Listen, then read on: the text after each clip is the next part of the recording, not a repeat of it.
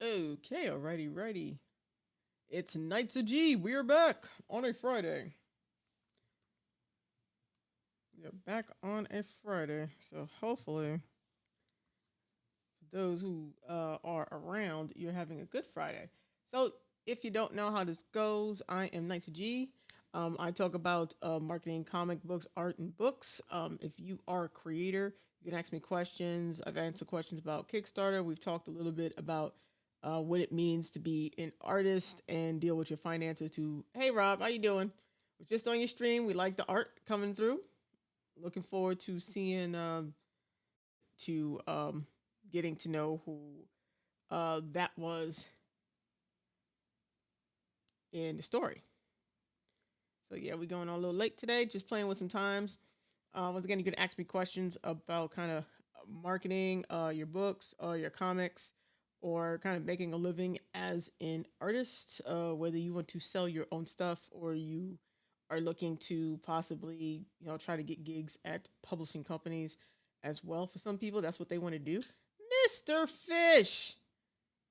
I mean, I've seen more videos with Mr. Fish. Hey, Mr. Fish, where you been? And when is the Kickstarter, Mr. Fish? I'm kind of I don't know if you're doing it this month or you're doing it in March as well. Oh, you're making videos.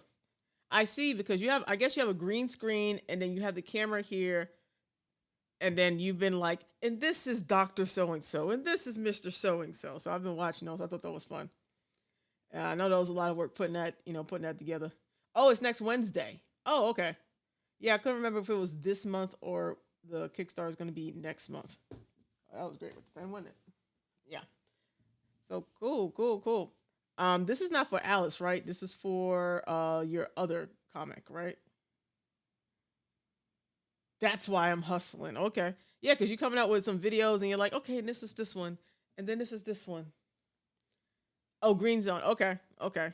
Yeah, so that's Mr. Fish. If you haven't seen him in his comic book work, he has Alice, and but this time he also has Green Zone, which is another ongoing series that he is working on. So he is going live with that next Wednesday. So go check out Mr. Fish. His stuff is pretty fun, and I'm sure he'll appreciate some new people entering his one of his comic book worlds as well. What is the goal, Mr. Fish? What are you trying to hit for your Kickstarter? Oh, you didn't have to say that. I appreciate it. Taking advice from the smartest person I know. I tried. Rob, he might still be in here. Rob is currently in a Kickstarter now. His Kickstarter is fully funded. So now they're going through the part where you're trying to, still raise money even though it's fully funded, but you would always like more. So trying to get to the next pledge level is the slog they're going through because they just got fully funded this week. Oh, okay. So you're trying to do 4K because you're trying to do 172 page trade? Okay. Is that going to include new stories or is that just going to be the what you have out currently?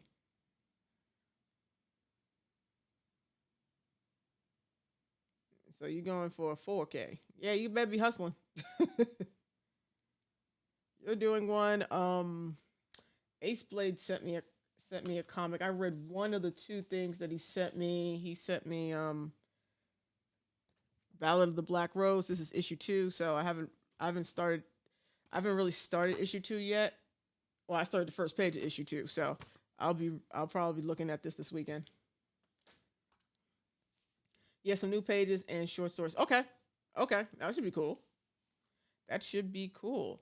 So yeah, so what questions do you have? Like I've been answering like Kickstarter questions like all last week, all this week, from different people and stuff, and all kinds of things. And look, Mr. Fish, we got visuals now. We can do things. Oh shit! Now the visuals don't want to. I hate this. I did all this work to get this up here, and now I don't want to show. Okay, some new pages and short stories. Okay, I got that. Yeah. So what's a question that you have? All right. Oh, I see what I did wrong. I see what I did wrong. I'm sorry, guys. Hold on. Now, oh, it hates me, or it's slow. I did all this work to put these things together, and it don't want to work together right.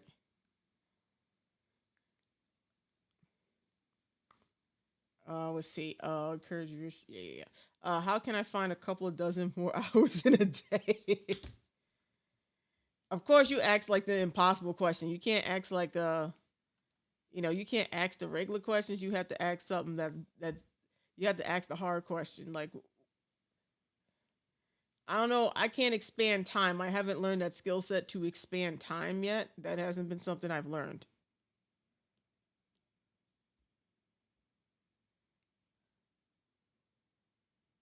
But I can possibly answer some other questions outside of that.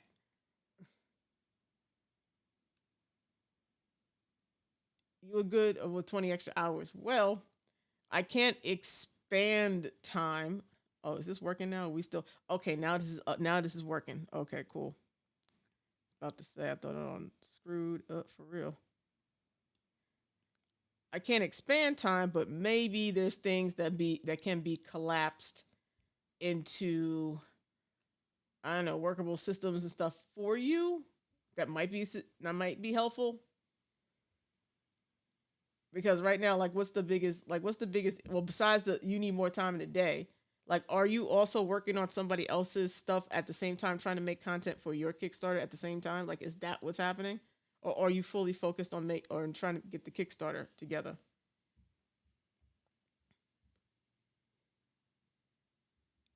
Because we could talk about trying to get more people to check your Kickstarter out. That might be helpful. I mean, the quicker you get to 4,000 in your Kickstarter, the better it is.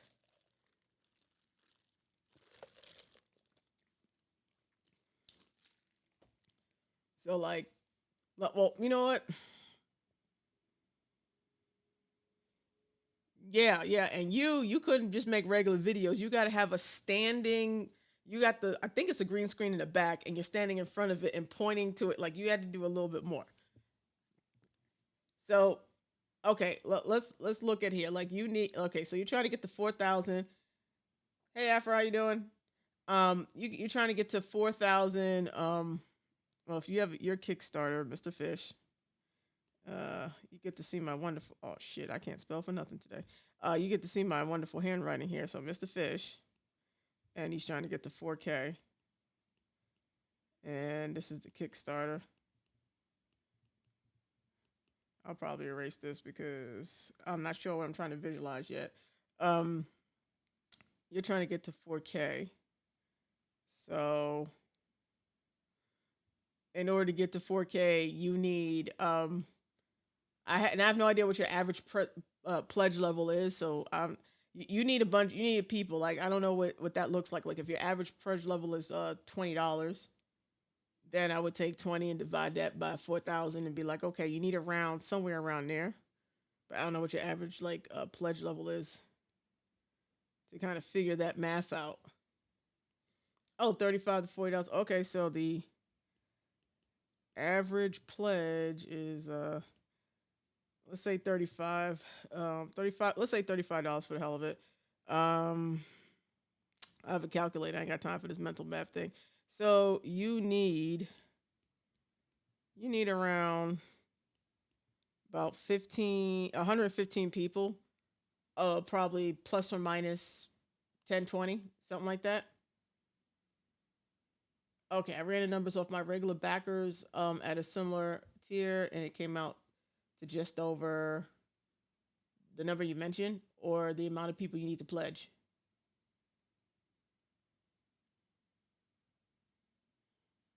So either or, but you need around 115 people, uh, plus or minus probably past the goal. Okay,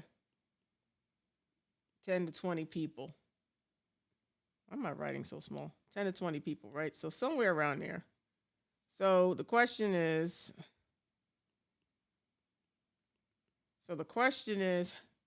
how many people you got on your email list? How many let's see, past backers that you get or did you have from the past? Um and then the engaged following that you got on all your social media channels. And then, Mr. Fish, the fact that you have other people who are other creators who also do Kickstarters and probably have people who pledged to a Kickstarter. Like, how many of those people have you said, hey, can you help me out? Can we work something out? So that they can post to their audience about your Kickstarter. Too. Like, how many of folks you're friendly with who have an audience that you can also have them post things to their audience about your Kickstarter. So I'm saying friends, but normally I would say like influencers, but how many other do you know any influencers? Oh, my spelling is terrible today. And it also helped that I can't halfway see, but on this tablet, but that's okay. But yeah, like how many of those people you got? Because oftentimes you guys do these Kickstarters and you never think about, oh yeah, I've been interacting with all these other artists here. They do Kickstarters, and when they have something, I always support them. Let me ask them before my Kickstarter, hey, I got this coming up.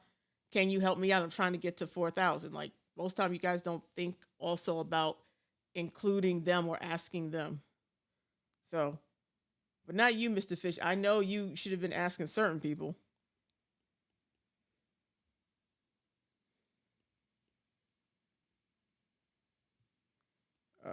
Friends. So like, I know you thought of this. I know you already got some people in pocket because you are very supportive of other people's projects. So, you know, because that's the thing a lot of people forget. It's like, okay, I got my Kickstarter out, my email list is right, or do I have past backers? But you forget that you guys tend to interact with a lot of different writers and creators on these platforms as well, and they might be willing to put a post to their audience. Some of them have email lists of their own, and they can shoot out an email on your behalf telling people to go check out the project. That's another thing, or you could be like, hey, someone has a stream, you join their stream, they kind of interview you in front of their people so people get to know you a little bit, and it's there to point them to a Kickstarter, like that kind of stuff. uh so that I don't know what you did. What did you do? That's why I make Danny do unboxing videos for me. His watching audience is great on TikTok. Oh yeah. So like he does unboxings, but like, did you tell Danny that you got a Kickstarter next Wednesday? Do you say, hey, can you help me out? Like I need some posts. I'm not the best at social. You're a bit better than me. I like your stuff. Can we can we work something out? Like, did you ask him? Uh-huh. That's why I bring these things up. I got like you asking for time. I'm like, well, I can't give you time, but maybe I can give you something that you can do this week. Uh-huh. Okay, we're down in those grinding. There's nothing wrong with that. It's just like it's things like that that folks don't think about. Like Danny has a very engaged audience. So like, and they're already used to you because you do unboxings. He shouts you out a lot. You shout each other out a lot, and he's better at the social media game. So it would be like, hey, let's cross post. Let's do a couple of lives together, and like I talk about the thing, and we, you know, try to get the like plan out a live where you do kind of a watch party thing, and you guys are talking about comic book creation. You're talking about storytelling, whatever, and the goal is to get like raise $500 or raise $1,000 this night, and encourage the pledge and stuff like that, and have that kind of thing going on like a TikTok live, stuff like that. And then you got that damn, I cannot remember that man's name who you also do the show. I'm gonna call it a show because it's pretty much a show. Whenever times I get a chance to jump on there on YouTube, like they know you, they see you every week. Like I forget that man's name because I see him on TikTok, but I try to jump into your stream when you're over there too, when I'm not busy at that hour as well, and like those people know you real good, and he gets a few people.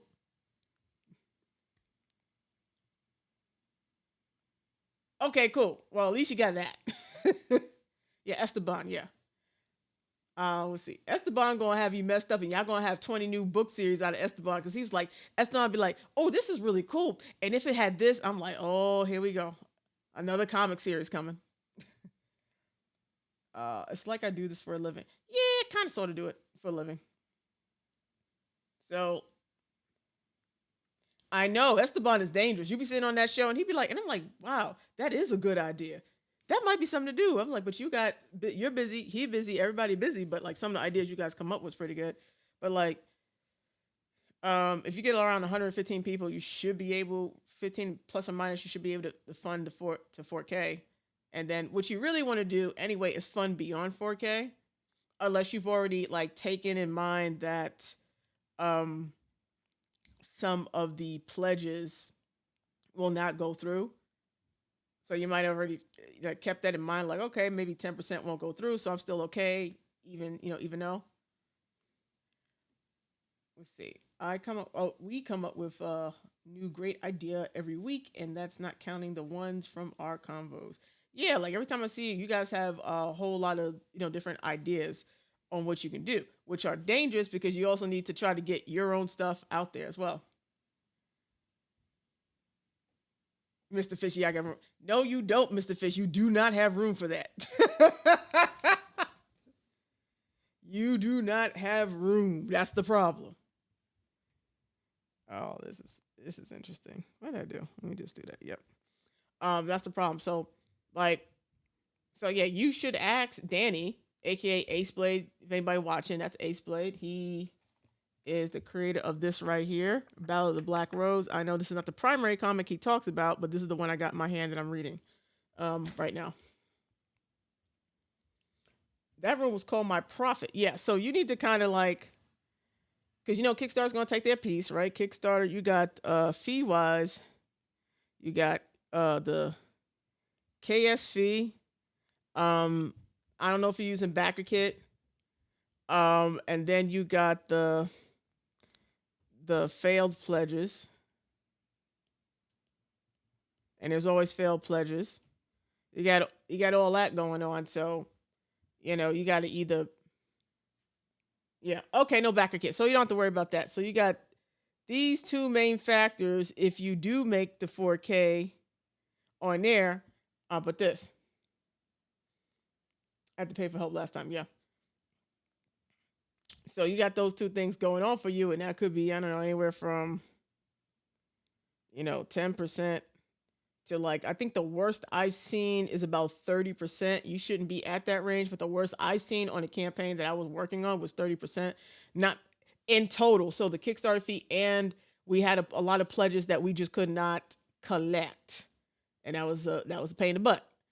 But like I've seen it worse. I've seen it was 30% of stuff money that could not be collected or had to be paid out in the beginning of the Kickstarter. Once again, probably won't hit nowhere near 30%. That was just an interesting campaign with people not also doing certain things I told them to do beforehand.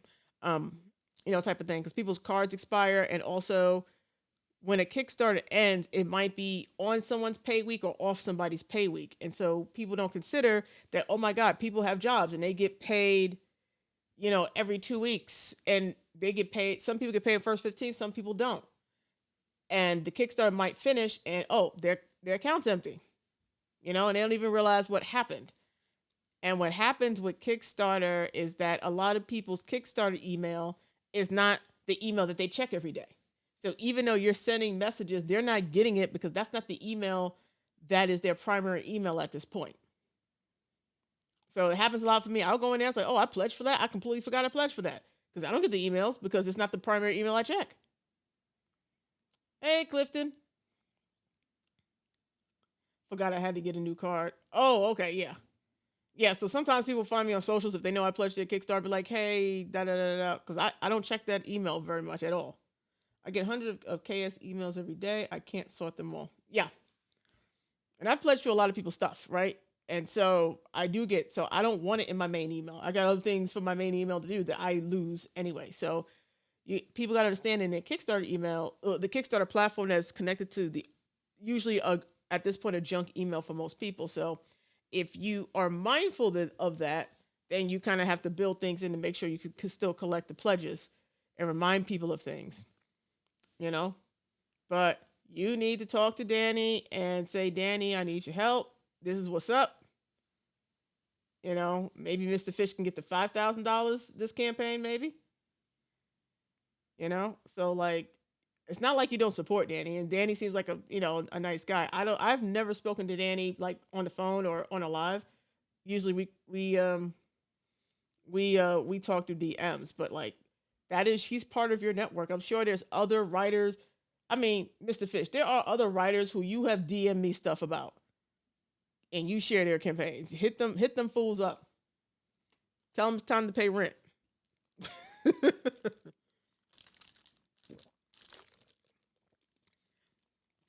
Yeah. So like, tell them folks time to. You always shouting out T.S. Luther. You're like, dude, now's the time. And I don't know if he's the writer on this project or not, but like, get some of these folks, because you always supporting people. That's the one thing, you always are out there shouting and supporting people. It's time to ask for a little bit of help. Some of these people are a little bit better in social than you. He's editing it. Well, he can post about it. He gets some practice. He's good at making videos. TS is good at making videos. So you might as well like bring him in, and it's like, hey, can you make a couple videos? You a little bit better, it might get us one extra pledge, please, since you're editing, just a little bit. So like that. So like, but yeah, and don't forget your email list, because you do have an email list. Emailing them, and I know it's been busy. And what's going to happen is, if you haven't already written the email. Oh, okay. Okay, well, that's a stream. I'm not gonna get into that here. Um, Also, your email list. Like, did you prep your emails? Because I was talking to Rob. Rob may not be here, might be like going night night. But I was talking earlier today, the fact that what happens is people get very overwhelmed in the beginning of the Kickstarter, and then hopefully they get to the funded part, and then they're like ready to collapse because they tired, right? Because they tired. So that unfortunately is what happens. So like having things done beforehand, I will admit. Okay, having things done beforehand will help you not be as stressed, right? Like, so the email's done. I was talking to someone like, hey, Sketch. Hi, Sketch. Love seeing Sketch around. If you got questions, you can always ask me questions. We're trying to help Mr. Fish with his Kickstarter. He's launching next Wednesday. So I'm trying to like, what can we do to help Mr. Fish is what we're trying to go. But if you guys have questions too, great. If you guys have Kickstarters like you will be doing, this is very much an in-depth thing.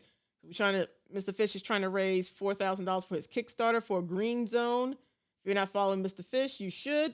If you're interested in his Kickstarter, you go check out his profile and all that other good stuff. But we're trying to, help him out because he's kind of stressed. He's trying to extend our days by 20 hours is what he's trying to do. But I'm trying to like, well, we can't do that, but maybe we can figure out what he's not doing. That could be helpful. So like, other creators know you, reaching out to them, say, hey, I got Kickstarter coming out next week. Can you help, post a couple times, do lives. There's some creators who are very good on live and they have an active audience on live. Like Danny/Aceblade has a very active audience on TikTok on lives. So that could be an avenue. And they know Mr. Fish because Mr. Fish always popping up in a Danny video every so often. So it's not like they don't know who Mr. Fish is. So that's nice because they're familiar with you. So doing stuff like that. Any other creators, like even so, like I don't know how many book authors on this platform or on Instagram and such, but like a lot of comic book creators, you guys ignore the book authors a lot. And I don't know if you just don't know some of them, but they're around. Like Goblin Grim, I don't know where Goblin's at, but probably sleeping. But I don't know. Hit up Goblin. Goblin's very supportive. We were all on a stream together with Goblin. Like, hey Goblin, can you do me a favor? Just ask. Respect people's no, but you're not gonna get nothing if you don't ask, and that's the truth of the matter, right? So doing stuff like that, Because what you need is some eyes. Because you need to hit that goal in the beginning as quickly as possible, and then try to hit some stretch goals on it. I saw an author from my hometown on news today. How did I not know her? Don't you come from a small hometown? So I guess you should know all the creatives. Like, I don't know how many of you, like, and here's the thing, like, you guys, okay, good. You guys, hi Joshua, you guys are comic book creators. Most of you are artists. You need to talk to other creators, other comic creators. You guys do that most of the time, but talk to artists. Some of these artists are not making comic books, but they make all the trinkets. They make the stickers.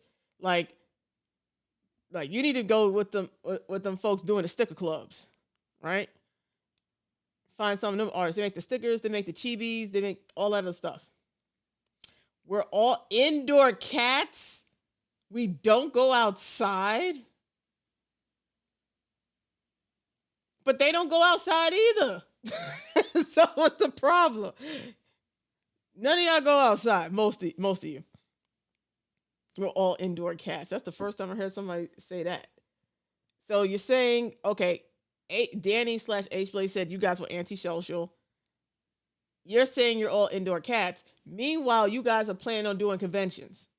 So you're indoor cats, antisocial introverts, but yet you will plan your life savings to go to a convention where you will be in front of thousands of people. Tell me where that makes sense. That's what I've been trying to figure out for the last few years. Y'all be like, I'm the most socially awkward, introverted person in the world, but yet you want to go to New York Comic Con where they have 50, 60,000 people go through a day. Like, make it make sense to me. And you want to work in a comic book medium that most of the time for most of you requires like 4 or 5 people and a project manager and somebody with some aspirin. Y'all be cracking me up. Y'all be wanting to work on the biggest group projects ever. At least the book authors are usually working mostly by themselves. Let's see. I love the convention while I'm there, but it burns me out at the end. I never want to go to NYCC or SDCC. Too big for me.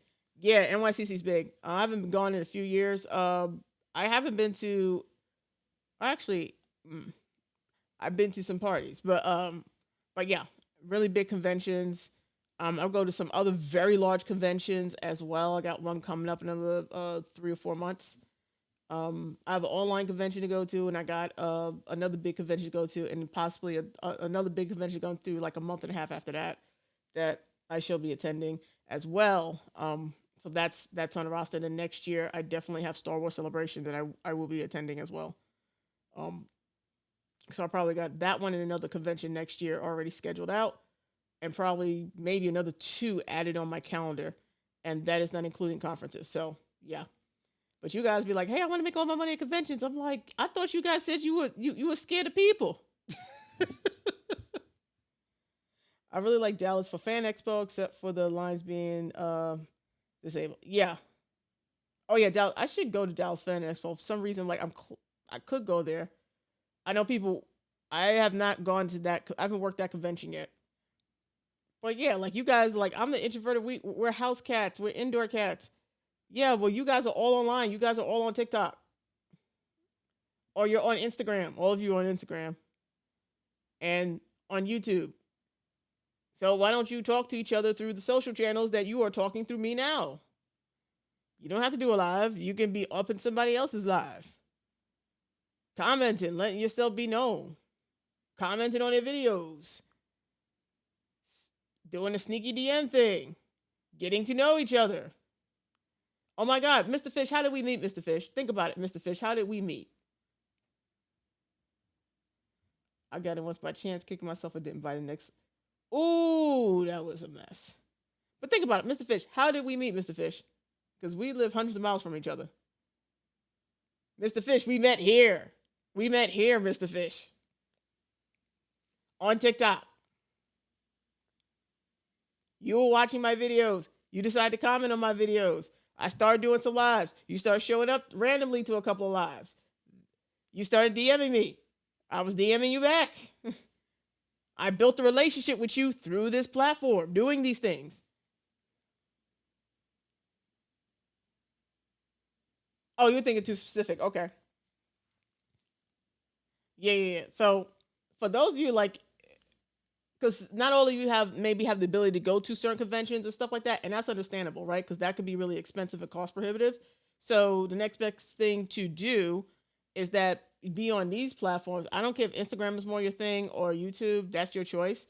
At least with Instagram, there's a DM feature. YouTube doesn't have that as of yet. But if you're on the IG and you're following certain people, you're commenting on their videos and stuff like that, commenting on their posts, start reaching out to them. Start reaching out because then you can build relationships. It could be as simple as, hey, I saw you're going to Fan Expo. I'm going to be there too at my table. What section are you going to be in? Simple. Simple.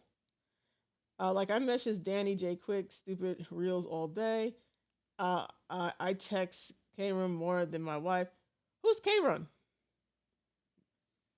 Well, I mean, well, your wife lives with you. Like she comes home and there you are.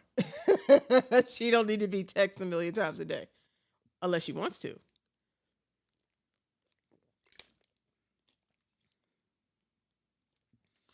That's just poor Danny and his DMs. Like, what did Mister just send me now? Oh, okay, okay. You know what? I know his face, but not associate the name to the face. Okay. Well, like ask him.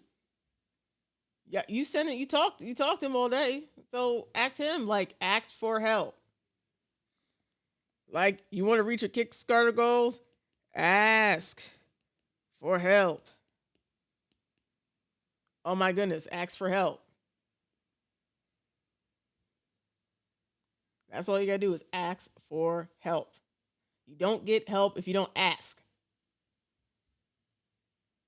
Because sometimes help can come in different ways. It could be like, oh, well, my audience is not big, but I can give you I can shout you out, or I can take care of this thing for you. It's fine, right? So just ask for help. Because if you're working the campaign, you're doing everything by yourself, you're going to get overwhelmed. You don't want to crash. Um, you got other stuff going on with you, so you got to watch out for your health at the same time.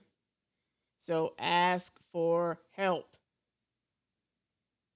And this is not just for Mr. Fish. You got to point it back at me too.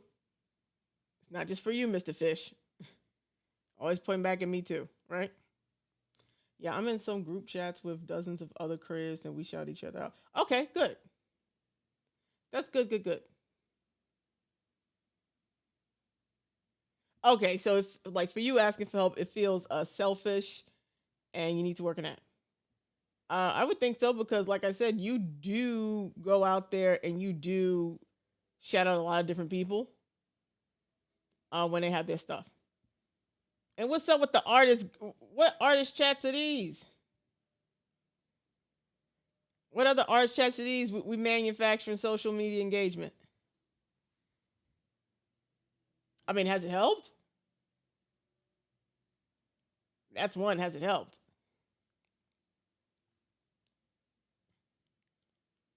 But ask for help.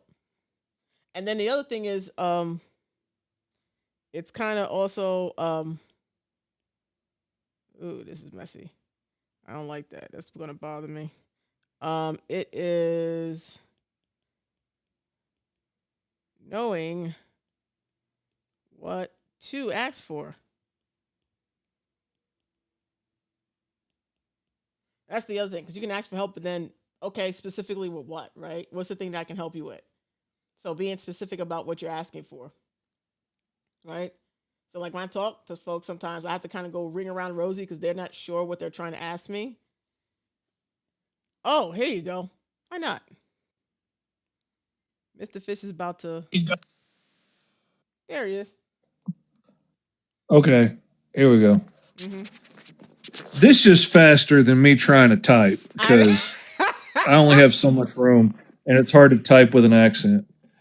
But yeah, it depends on the creators and it depends on like how they make their posts. Like some guys make endless freaking updates all the time. Like the guys where you backed their Kickstarter like 3 years ago and Yeah. you get like 6 updates from them every day about their campaigns, no matter what. Those guys get tuned out real quick and nobody's really paying attention to anything they do. And some guys will like say, "Hey, here's my big long update," and then they'll just like tag a link to your page at the bottom and be Mm-hmm. like, "Yeah, they got a Kickstarter too. Go check them out." Um, I try and personalize it on my updates. If I'm going to give you a shout out, I copy images from your page. I copy a little bit of what your book's about.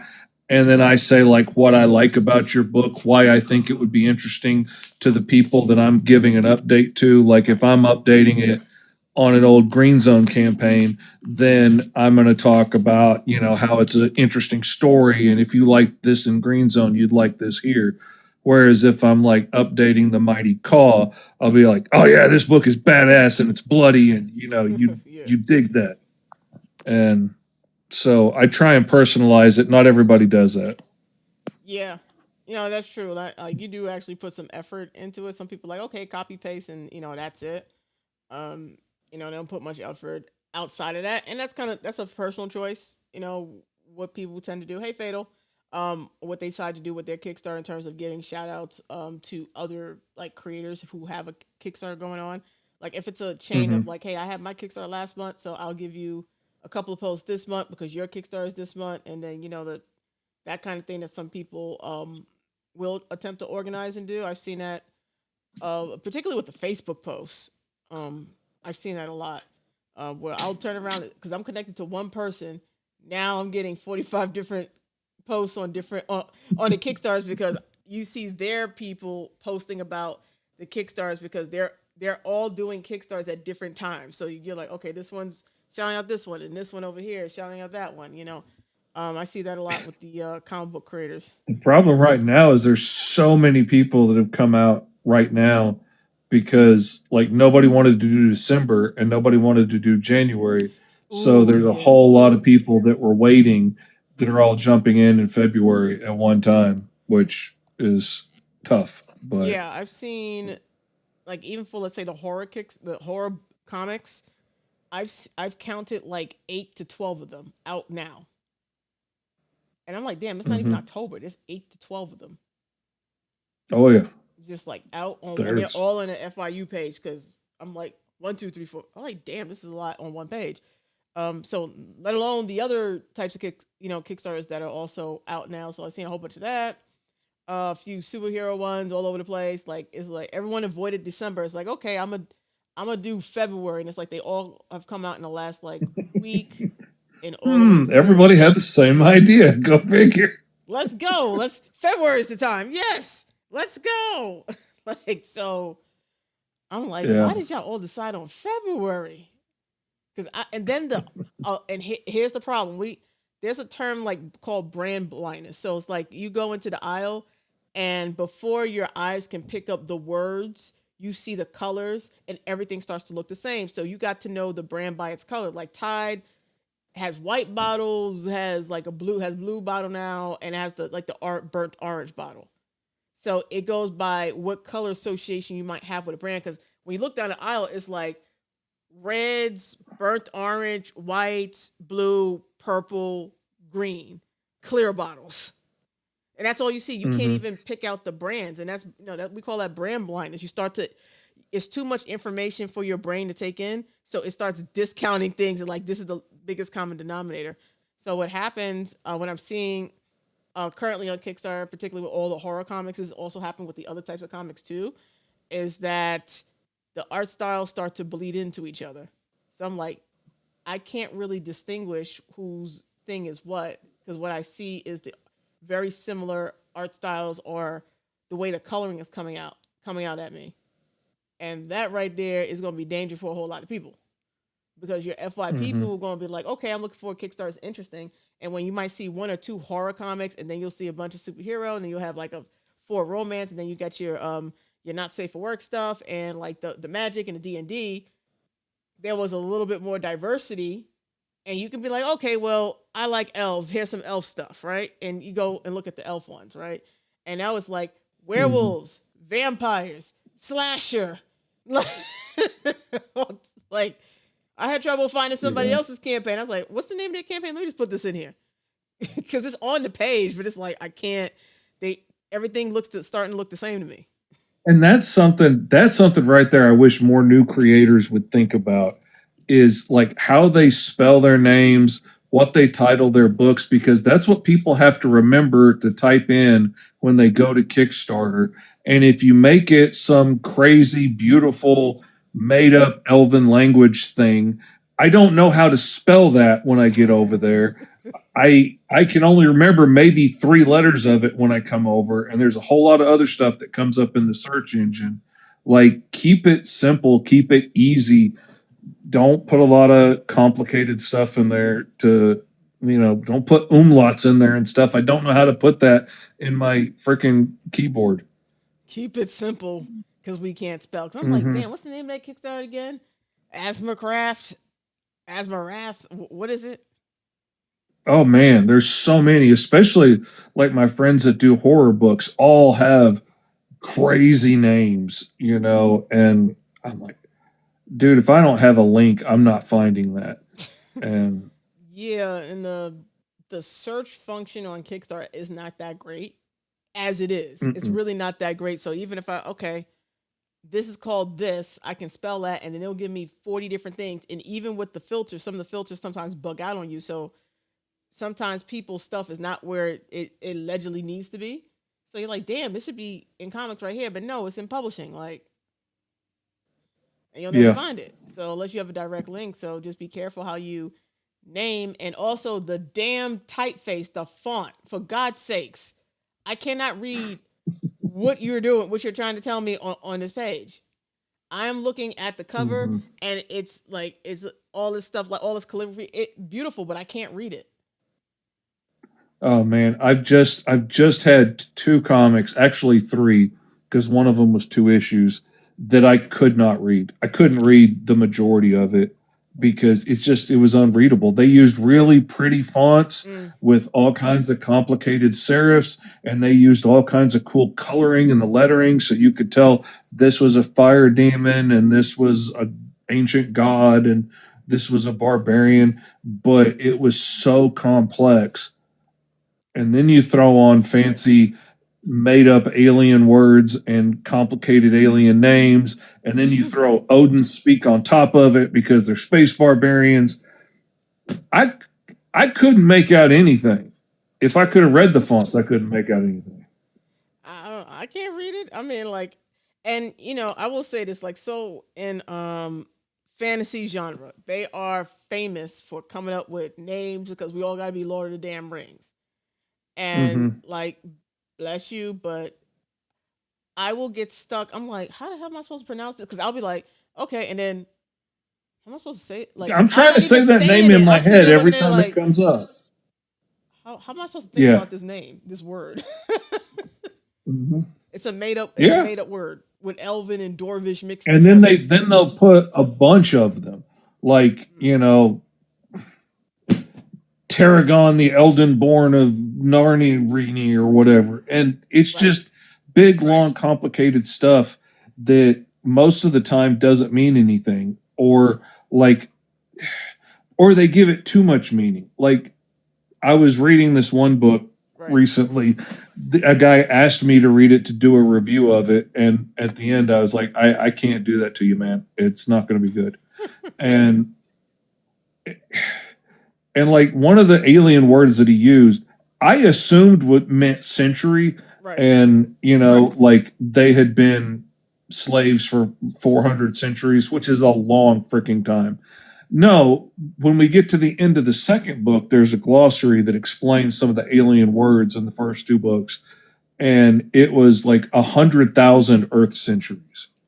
What? So Okay. that's too much to calculate. That's too much to fathom. That's too much to mean anything anymore. That's forever ago. I I don't care what happened forever ago. That's too much. Mr. Fish, Ben, and Art A. He's saying hi to us or saying hi to you. What's up? Hey Ben, I don't know who you are. You got questions? We talking about like Kickstarter or a little icks with people with Kickstarters and like the name, how your naming conventions for your characters, the naming conventions for the title of the book, the font of the book that we can't read up front. So when everyone's Oh my seeing the screen on Kickstarter, I'm pointing out like right now everyone decided to dump and do a Kickstarter this month, so it's a lot of competition and it's like a lot of I'm just speaking like I like horror stuff, so it's a lot of horror stuff out there, and of course it's Valentine's Day stuff coming out there. It's a lot of stuff happening at the same time, and everyone's using this. Everyone had the same idea with the same type of art that they wanted for this Kickstarter. So when if you tell me, hey, I have a Kickstarter and I can't quite remember the name, and the search function on Kickstarter sucks. So I'm stuck with looking for this horror comic with there's 22 other hmm horror comics and everything looks the same. And if I misspell something, Yeah. and then I think there's two Kickstarters on it that have the comic name is very similar. It's almost the same damn name. So it's hmm not helpful even if I wanted to support you because I can't find a damn thing. So unless I have a direct link, and for some of you who will do this in the future and you're not doing it now, just be mindful. You do want to stand out. You don't want to get so fancy because like I said, I work a lot in the author space, and like every fantasy novel has some weird ass long ass name and lineage that don't mean a damn thing. And we all supposed to hmm remember this because they all trying to be a Game of Thrones, and they all Yeah. trying to be, aka Song of Ice and Fire. They're all trying to be Lord of the Rings. You don't have to be Lord of the Rings. I need to remember who these people are, and I'm only on chapter 6, and I'm trying to remember who the hell was in chapter 2. Who, hey Carlos, who's gonna come through in chapter 7? But his name, he has four hmm names. Yeah. And when they're all crazy complicated, I I can't think of how to pronounce any of them or know that I'm pronouncing I can't sync that in my memory. If Right. it's similar to something I already know, that's one thing. Or it gets ridiculous. And if I can't remember the names of the character, or I can't say it out loud, or be like, oh no, that's Erica, then I can't get invested in them. I can't remember them, and it sucks. It's hard to write descriptions too because some of you guys don't think about it, and a lot of you like don't. For some reason, you wrote the book, but you don't write a description for the book, and there's a particular way you need to hmm write descriptions, and I'm not going to get into that. But it's like if you have a character whose name is like 17 characters, you've already killed most of your space in different social media platforms because some of the characters on some of them are very limited, and you're trying to like hmm every word needs to earn its way on the page on the post because you're trying to convince people who do not know you to go to Kickstarter and hopefully find your stuff and give you some money. So you do want to make sure that whatever your naming conventions are going to be or whatever you're going to do, that people can actually get through it. The typeface isn't hard to read. I am legally blind. It is very difficult for me to read certain typefaces, and it's already an issue with the color saturation that happens in the coloring process. Because remember, different colors do different things on different papers with different inks. And some of you are new to that process and you don't know, and that's okay. You can learn. But some of you are on your 29th Kickstarter, and we still can't read what's in there because it's too much blacks and it's bleeding into everything else, and even the light colors are like 4 shades darker because of what you have with the color saturation, and we can't really read what's happening there. Let alone the biggest examples on front covers where that happens. Like, some of you need to ask the question: is my cover too dark? Can we read hmm like the covers dark purple, dark blue, and then you got some black here and whatever, and then the type. It's all heavily saturated, and it's all dark colors, or if it's not a dark color per se, it's so heavily saturated you can't tell the difference. There's no contrast to anything. And I've gotten I've changed my whole coloring since I started putting a black Mm-hmm. layer over all my art and just turning it all to grayscale Yep. every once in a while. And I'm like, oh damn, I got to recolor this whole thing. And it's really changed the way I color my books now, because if it doesn't make sense in black and white, then it's not making sense. And if somebody's having any issue being able to visually pick that stuff out, then I'm not telling the story correctly. And Mm-hmm. so, I mean, it is a visual medium. I know like some people will yeah. nitpick or Like, Mr. Fish, please tell me what you think. You're like, See, I really want to do reviews of people's books, but like I've been really lucky that the last like three guys that asked me to take a look at their projects, when I came back and I was like, oh, you really gonna want to like take a look at that lettering because I mean it's not good. Um, and they were open to whatever suggestions I made, and they're like, "Oh, really? I didn't even realize." And is there anything else I could do better? And I'd be like, "Well, actually, here's a list of things I wasn't going to say, but since you took that advice well, here's a few things that would really help you level it up, and don't mean that you have to go back and get your artist to redraw the whole page, but like, if you could fix these couple of things, this would make that a whole lot easier to read and make it read better." And sometimes it's little things like crossbar eyes where they don't need to be, or sometimes it's you cannot read that font, Right. or like in one case the artist was doing the lettering the way I do for my clients, which seems great, but he wasn't very good at it. And so like the spacing and the words around the balloons was real uneven, and it was very distracting. And I was like, honestly, if I just glanced at that book, I wouldn't buy it because Right. I could tell that the lettering is going to be rough to get through, and that's going to pull me out of the book. That flipping through the pages would have stopped me at the con. And he's like, "Oh, damn! I thought I was getting a deal, but that's not a deal if I lose sales." Yeah. And If we he can went edit the back and book, no talked to his problem. artist and was like, "I appreciate it. I'm going to get one letterer to do all my books so it's consistent." And didn't hurt his artist's feelings, and his books are going to come out better. Oh, nice. Well, Mr. Fish does lettering. Lettering is extremely important in comics. We don't talk about it enough. The importance of No. lettering, because yes, it is sequential art, but there are sometimes words, and sometimes we kind of need to understand who is speaking and why, or a little background information. If we can't read it, then it's not going to give a good reading experience to someone, especially if you're selling in person. Because if you're selling in person, I'm opening that book. I'm looking in the interiors. Hmm. If you're selling in person, I am opening that book and looking at the interiors. If you are opening that book while you're on TikTok or Instagram, and I'm looking, yeah, the art looks shiny and pretty, but I'm looking at the lettering. Can I read what's going on in the story that you have going on? Hey, Shelly. Hey, folks coming in. I need to Hmm. be able to understand what's happening because I'm investing my time, I'm investing, money, I'm paying for the books.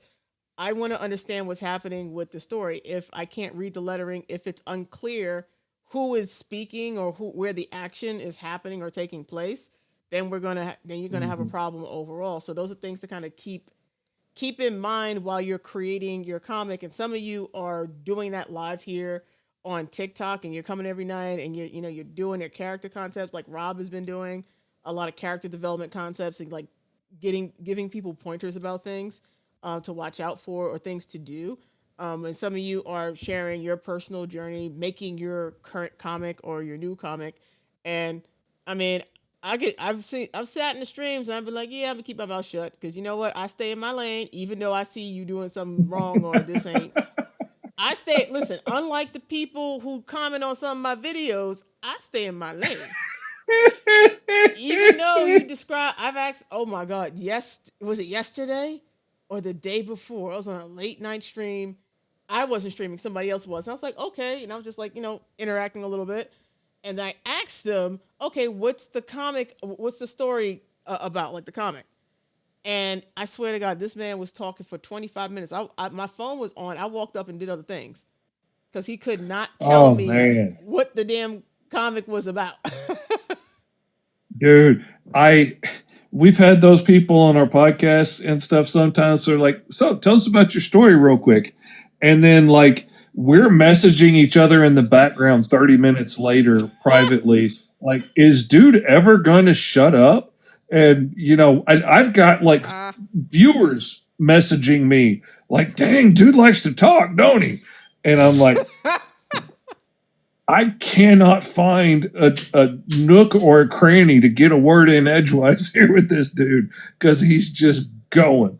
And it's good to be excited about your book, But that's a mistake I caught myself making in the beginning at Yeah. cons. Like I get so excited about my story that like when somebody stopped at my table, I would start spilling everything about my story and just going on and on and on about it.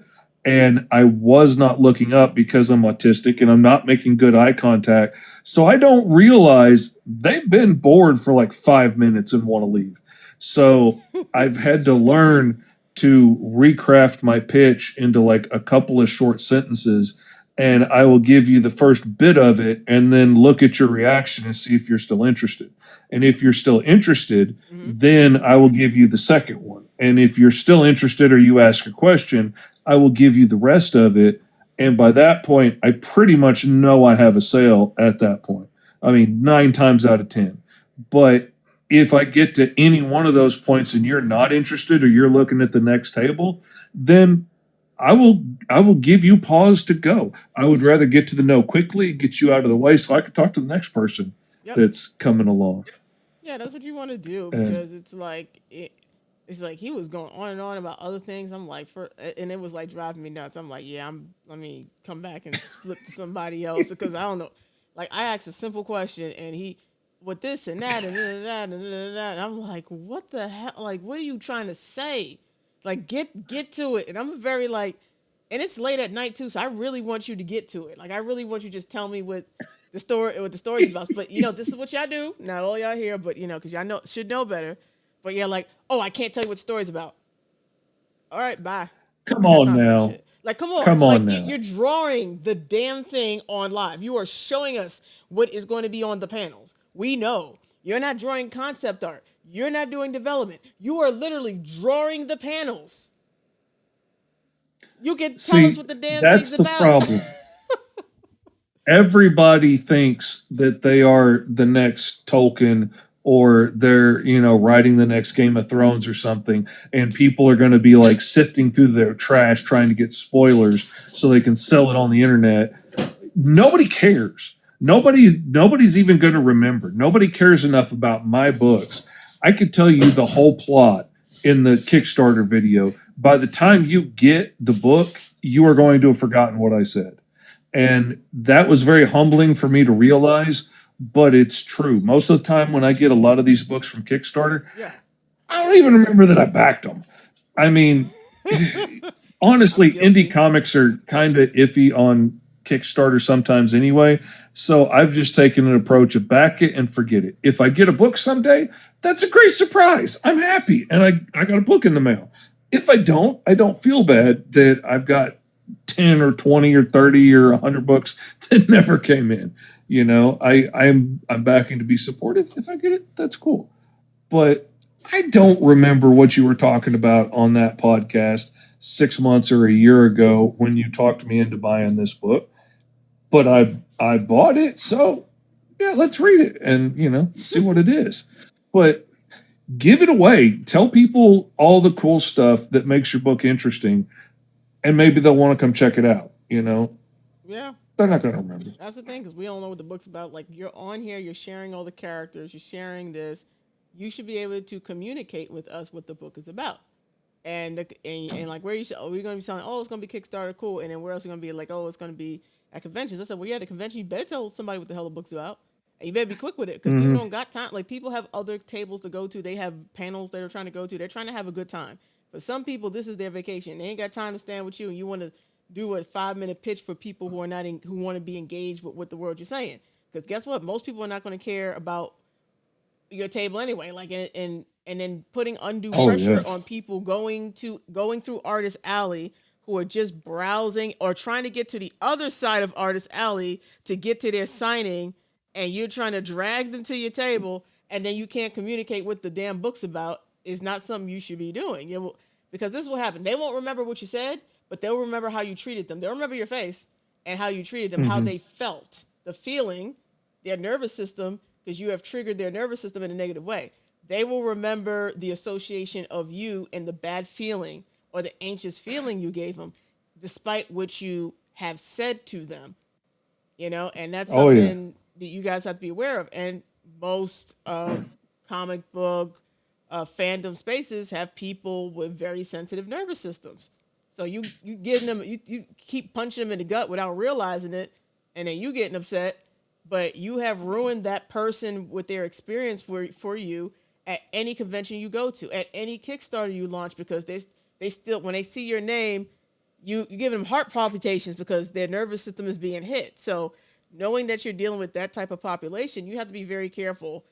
And part of being very careful is just figuring out how to say what you got to say in terms of what your story's about really quickly. And then, okay, if they want a longer version, then go into a longer version of what your story's about. And that's the thing. Like it's like fishing. You throw the bait out there. If you get a nibble, then you keep going a little bit. If you don't, let them go. There'll be somebody else come along in a second. And then you do it again and again and again. And you'll get enough bites if you're good at what you're doing. Now, admittedly, I know some guys that are like really talented writers Right. that write some of my personal favorite books that are just awkward in person. And, for whatever reason, they just come off as really awkward and cannot make a sale to save their life. And that breaks my heart because their books are really good. But I'm like, dude, you don't need to be wasting money on going to cons unless you're going to like bring somebody with you that knows how to make sales, because some people are just naturally good at it. Some people could sell anything to anybody, but Right. Yeah, some people are good. Well, that was my point, and people want to come after me about it. I'm like, some of you, a convention is not the best place to sell your books because you killing the sale. Like, and you just gotta be mhm. honest about it. Like, either you're going to develop the skill, or you be like, you know what, I need to find a friend who's actually better at this and take them with you and deal with that, or don't do them at all. In terms of you vending, essentially you are wasting your hundreds of dollars in a lot of cases to go to these conventions. That's a lot of money to go there and just lose money because you're not willing to admit or take the critique that you're stopping it because you're being awkward or whatever. And if you could make double your table back just by bringing your brother with you or whatever, who's a car salesman and likes talking to people, then that's great. I was at a table with this guy. It was slow. There's nobody else around. I asked him what his book was about, got no answer because he was nose down in his phone. And I was like, so how much is it? Like, I had my money in my Yeah. hand out for him to see. I wanted to buy his book. He would not look up for his phone. And I was like, okay. And I put the book down and walked off. That was the only indie book I didn't buy at that convention. But Yeah. I'm not going to just take it from him and leave the money on the table. So, if you won't sell it to me, then that's on you. Yeah. Yeah, because I get really, like, when it's hand to hand transactions, I get really weird about certain things, and it's just like, if I'm handing you something, take it from my hand. I didn't put it on the table. Hmm. I've had people do that. It annoys the crap out of me. I said I do not, I personally do not like it, and there's associations. The reason why is like, I'm giving you my credit card in my hand. You're looking at me like I'm stupid because you want me to put it on the Hmm. table, or you take it from my hand. You take it from my hand. You swipe it, tap it, whatever, and then instead of handing it back to me in my hand, which my hand is out, you put it on the damn table. I do not like that. I was like, you do that to me one, you do That that shit to feels me one unnecessarily time. insulting for some reason. Like, and I've been there where like I handed somebody money at a gas station, and then I have my hand out for the change, and they put it on the table. And like, dude, you seriously gonna make me pick them coins up off that table? Like, you could Just have just sitting there. put it in my hand, dude. I You don't got the want that flat 13 cents tables. bad The enough to tables are pick at like it. this, and it's hard as hell to put the coins up. So you're sitting there like, damn, why could you just put it in my hand? My Yeah. hand's like this. Yeah, you might as well put it in the tray over there by the register because I'm not gonna fight for those coins after. Yeah, so like I dislike that, and like those are little things, and like when it happens, I'm like, dude, I don't care how introverted, antisocial you are, I really don't care. I'm an introvert myself.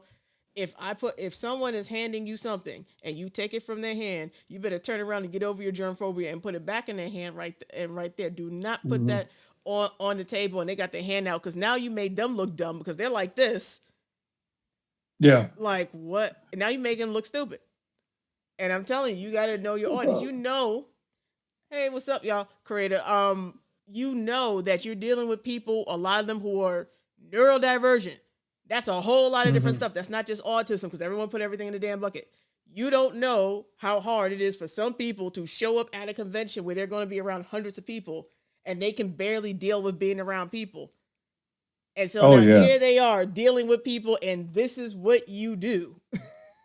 Hmm. So you gotta be Oh, very careful about these things because you chose to go to the convention. I'll be trying to tell you like, hey, let's build the online stuff so that you don't have to go to all these conventions. But now that you've chosen to go to the convention, you have got to learn how to people a little bit. And if you don't know how to people, well, then you better hire somebody who can people for you.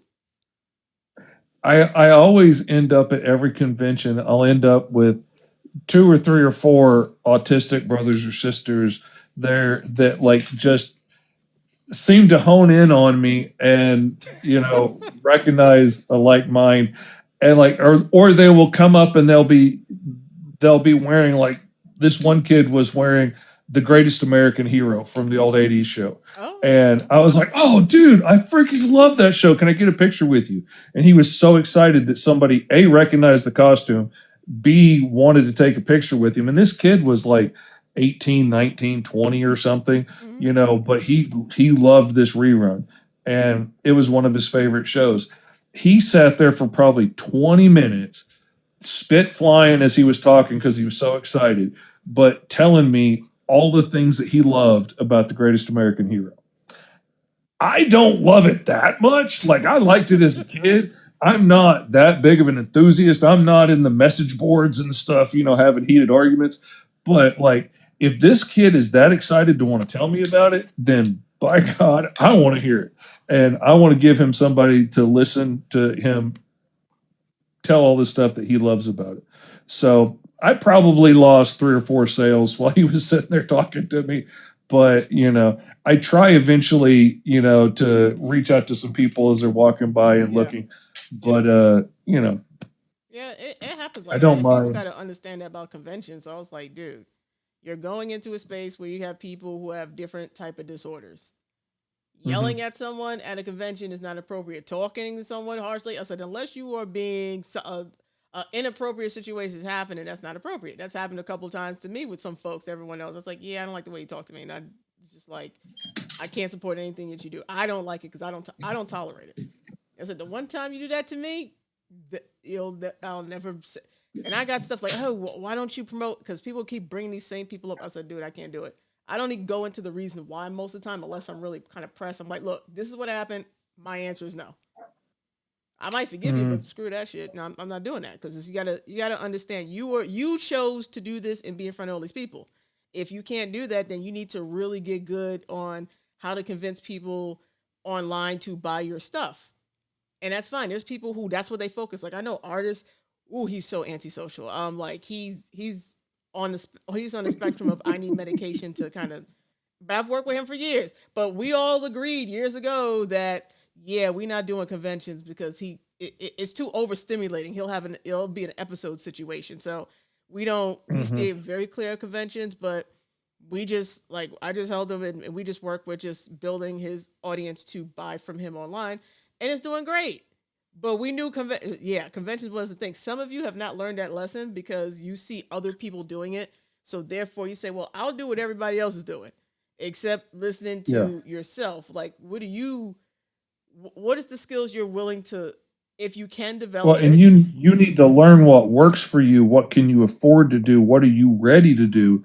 Because just because somebody else has a 20 by 20 booth over, in the big boy section, Yeah, doesn't mean you need to do that with your two issues of your indie book that sold like 60 copies on Kickstarter. Like, you're not ready yet to be doing that. You don't have that kind of audience. You don't have the skill set to make those kind of sales yet. But if you're somebody that's selling thousands of books at a show, then yeah, you can afford to put 2 grand down on a yeah, table like that. And and a big I sign. can't afford to do that. Do that. Yeah, like I've seen folks with like 2 or 3 issues at New York Comic Con selling. I said, first of all, why the hell would you waste your time? Because I know how much that table costs. That Yeah, was my that's home con. I know how much them tables cost, and you sitting there and you don't even know how to dress the table, and you sit like, what the freak are you doing? Like, all the New York Comic Con, you Mhm. could just go in and sell them out your pocket.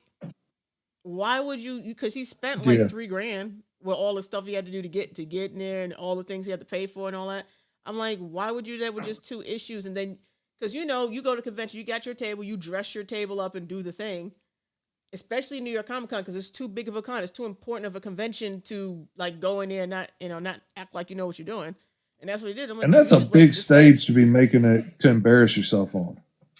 To be coming out looking unprofessional and not knowing what you're doing. Figure out what you're doing at the local con for a $75 table. Yeah, Don't do it up there. yeah. Don't do it to that. Like, and that's for any of you going to conventions this year. Like, learn from the smaller cons. There are plenty of small cons, still relatively inexpensive. Go to them, figure things out.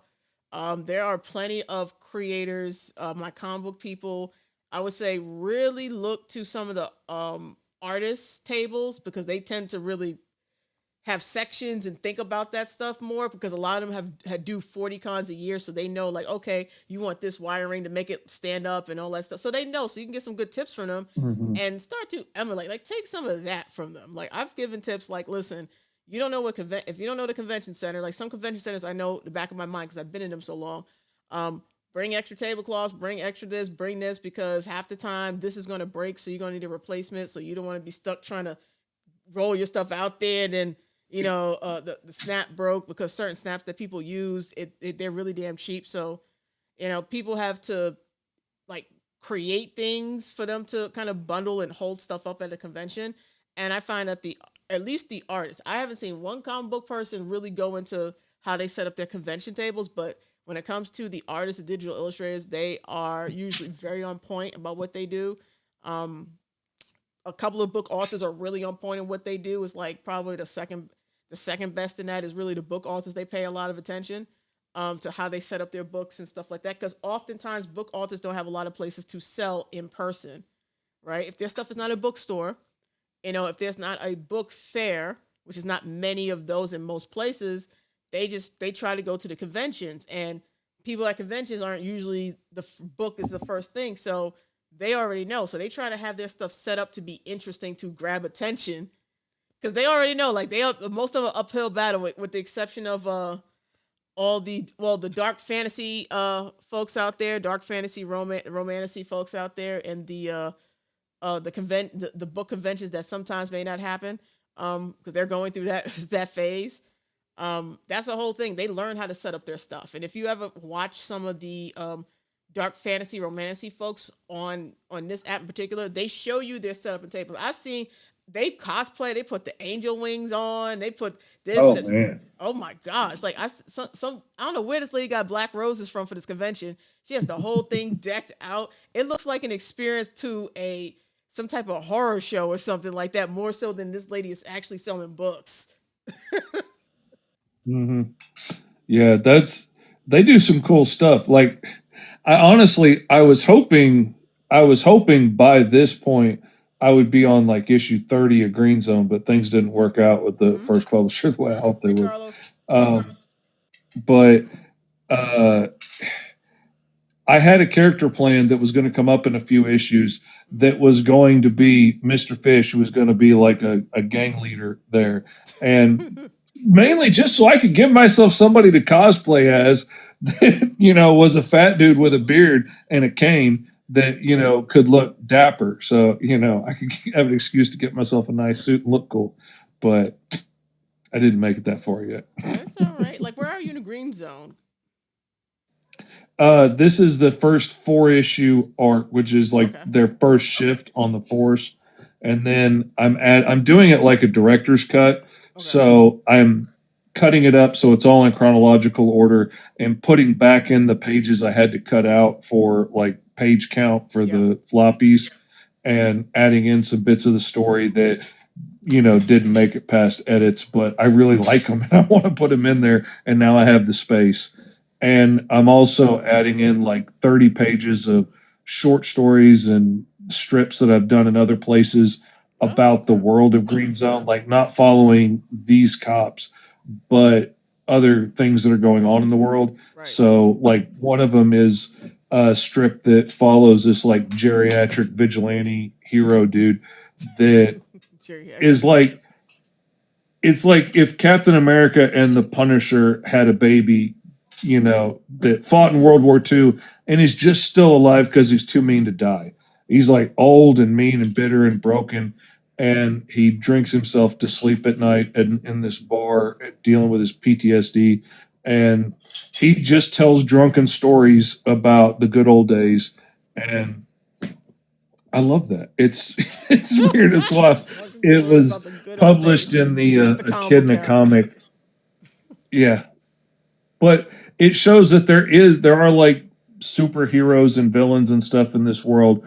We're just not dealing with any of those in Green Zone. Like there are mutants that go pro and get paid to be heroes, but we're not following those guys. We're following the average everyday dudes that are trying to struggle in a world that hates them, which was supposed to be fantasy, but it's You become more see, of a you act like historical you're going like documentary from the. since You're I like, oh, let started. me watch the news. Oh, this is a good idea. Let me go.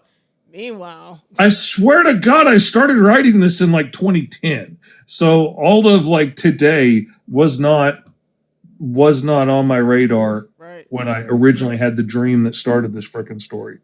But I know how much the world sucks. So, in Mm-hmm. the more I thought about it, like if we actually had the X-Men running around, we would not put up with that. Those people would not be treated well. I mean, they'd all be considered, a Magneto waiting to happen. And, The we know story how of we treat X-Men. people that are different than us. So it doesn't go well. Yeah, I think when you have stuff like that, it has those kind of universal themes, and sometimes the things match the times accidentally, even though the story was written or planned out Hmm. maybe a decade or so before. People, I remember for those who watched Star Wars Andor, um, the directors and writers were like, "We planned this out years ago," and so Hmm. this episode happened to hit, and it happened to resonate like last week this happened and now this episode's Yeah. happening. Like it's like we planned this out like 3-4 years ago. So like, you know, Hmm. we're not clairvoyant, but no, those are the things that sometimes happens in your story. So when people have things like that going on in their story, they're like, well, I don't want to tell nobody because it's like this and like there's no really original idea. I think it's more about the execution of the most of those ideas Hmm. that you Well, have. and we're So all inspired by the same stories and heroes that we grew up with, and we're inspired by the things that are going on in our lives and the things we've experienced. And like as weird as Green Zone is, with like Virgil being an 8 foot tall lizard monster and stuff, like it's still got so much stuff from my real life. mm, Like he is absolutely like what it feels like to be bigger than everybody else and constantly worrying about hurting people around you if you step on them, and being looked at as a big scary monster when you're not. And like him getting beaten up at 5 years old by cops for for trying to do everything right and saying yes sir and no sir to these cops, and they think he's smarting off to them. That's directly from my life. I nearly got shot by a cop in Mississippi because he pulled me over in the middle of the night, and he comes in hot when he finally catches us. He's like, "You know why I pulled you over?" And I was like, "Yes, sir, I do." I absolutely knew why he pulled me over. I was doing like 65 in a 25 in the middle of the night with oh, all the headlights off, with people hanging out all four windows and somebody surfing on the hood and the trunk and the roof. I knew why I was getting pulled over. I just want to walk into jail under my own power. I don't want my legs broken. I want to make this as smooth a transition as possible. So I'm trying to do everything by the book. And I'm like, yes, sir, I do. And he gets so red faced mad at me. But, this is South Mississippi in like 92. So I don't think this black officer was used to, a white teenager in a trench coat and black spikes and crap all over him, being respectful. I don't think he thought I was being genuine. And, and he's like, "You being smart with me, boy?" And I was like, "No, sir." In which he takes as me being insulting again. and he unholstered his weapon on me. If the Wendy's had not have gotten robbed at that moment, I really think I would have got shot. And Not the I am Wendy's. so Wendy's grateful that saved your that guy life. was stupid enough. You owe your life to Wendy's. Oh yeah, to the guy that robbed Wendy's, because Okay, it the was guy right that in front of robbed a Wendy's. red Let's light. correct that. Let's So correct he that. robbed it and then got stuck at the red light and got stuck in the parking lot and couldn't leave. And so the cops just went there and got him. He had robbed every other fast food place in town and got away with it. And he saved my life that night. I'll always be grateful. First of all, people car surfing like you was doing some wild stuff. Wild stuff. Oh yeah, I mean, we were stupid, but I knew we were stupid. I knew we'd been doing dumb stuff. I just, yeah, but The Wildlife of Mr. Fish. I was about to put a title up here. The Wildlife of Mr. Fish. Like, you were doing what? Why would you do that? oh man, I could tell you some stories off air. I don't. There's a lot of stuff I'm not saying on here. We don't. No, But we don't need no. Okay. No, I was like, because you know what happened? We'll say something, and then like it. I'm like, damn, I haven't seen Mr. oh Fish yeah, in like you 3 get banned weeks. because I say something stupid. I know. like what's going on? I was like, Mr. Fish don't told the story. He's supposed to DM us. He ain't supposed to tell us that story on live. We gotta be get their stories. I will not. I refuse to say on camera. Like I know better. Like, I got some stories about some people. Oh, there's some things that were and done. I'm old, so I mean, like when I was a kid, we did all kinds of stupid stuff, and like we get the cops called and stuff, and they'd be like, "Oh, it's just boys being boys, y'all quit being stupid before somebody blows their arm off."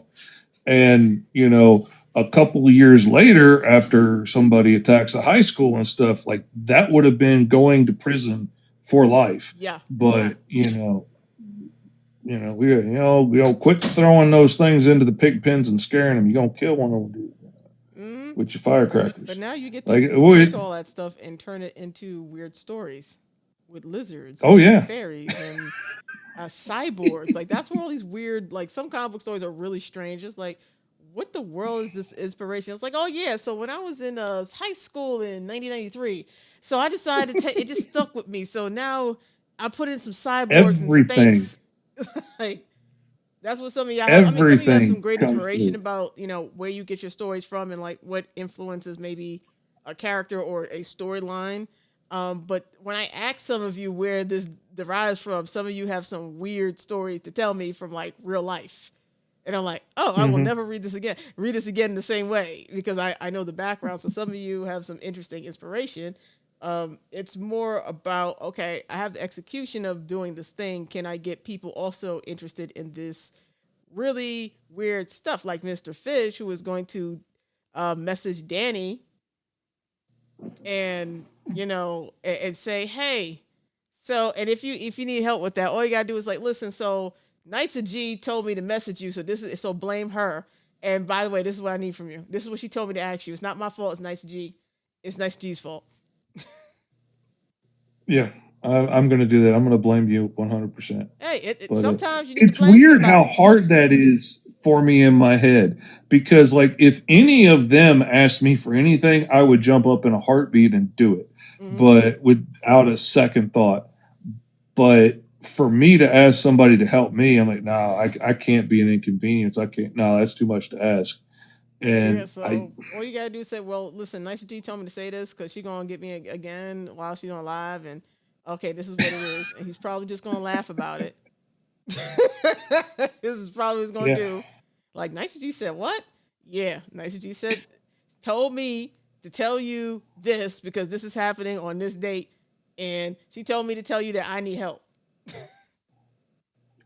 yeah, I got to get the word out better. I know I need to do a better run up, and sometimes I planned it, sometimes I've done a better job of it, but this one just got away from me between losing the big job that I was counting on last month and then scrambling to catch up with a bunch of little pinups and stuff here and there Yeah. to try and make the bills this month.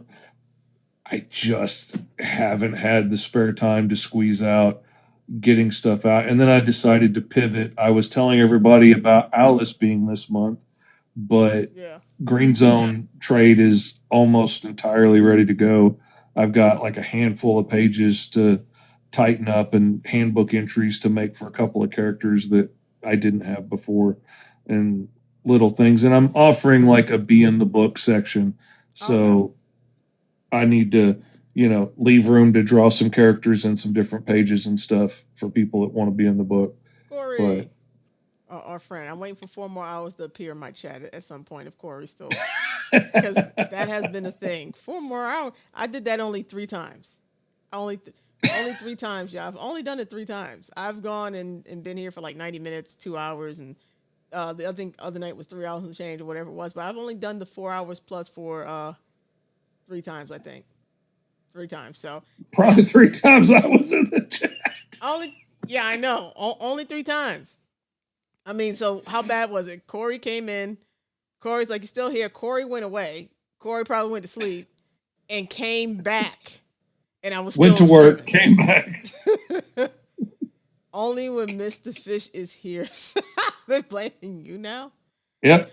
Well, since we're here, Mr. Yeah. Fish has a Kickstarter Green Zone coming out next Wednesday. Yeah.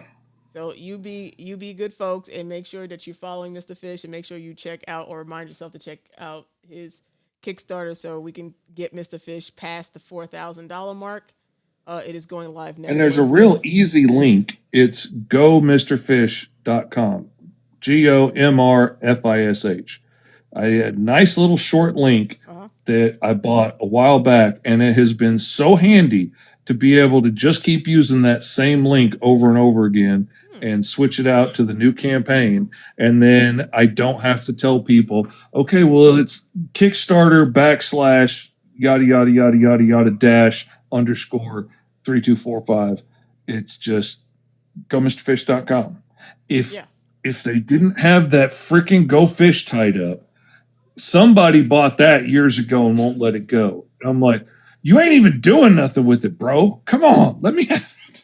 Hey, well, at least you got a short link to go because that's another problem. People like, I have my Kickstarter. It is ABCD and 1 2 3 4 5 6 and WestonRose.com. Mm-hmm. It's like we ain't gonna remember that. And a lot of the platforms, like even on here, when I send links or people send me links, it is so difficult for me to click on it for it to actually go out. Sometimes it doesn't catch.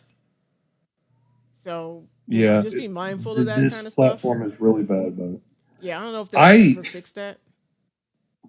I was doing art streams for a while, and I wrote the link for Kyron's Kickstarter on the side of my page, like diagonally across the screen in my handwriting, and the AI bots caught it on my live stream and docked me for it. I got away with it one day, but they got me the next day. And man, they are so I still almost always natively say crank stomper when I talk about things now because I've gotten so used to using code words because using the other one would get the audio stripped out of my TikToks forever. And yeah, TikTok is kind of bad about that kind of stuff because I know even Ace Play was having, or Danny was having a lot of issues with that. Cause I'm like, yo, Danny got like 154,000 followers. So like even on that, like some of you may have a follower count that should be significant. And the fallacy is, okay, I got all these subscribers or all these followers, depending on the platform, that I should be able to make X amount of money. And that's far from the truth. And that's always been far from the truth for years. If those 50,000 people all paid $10, they ain't paying $10. They're watching you because it's free on here. Yeah. Like, there's a small percentage of those folks that are going to come out and actually pay money. I think who said it? Tony Weaver Jr., right? Wrote the graphic novel Weirdo.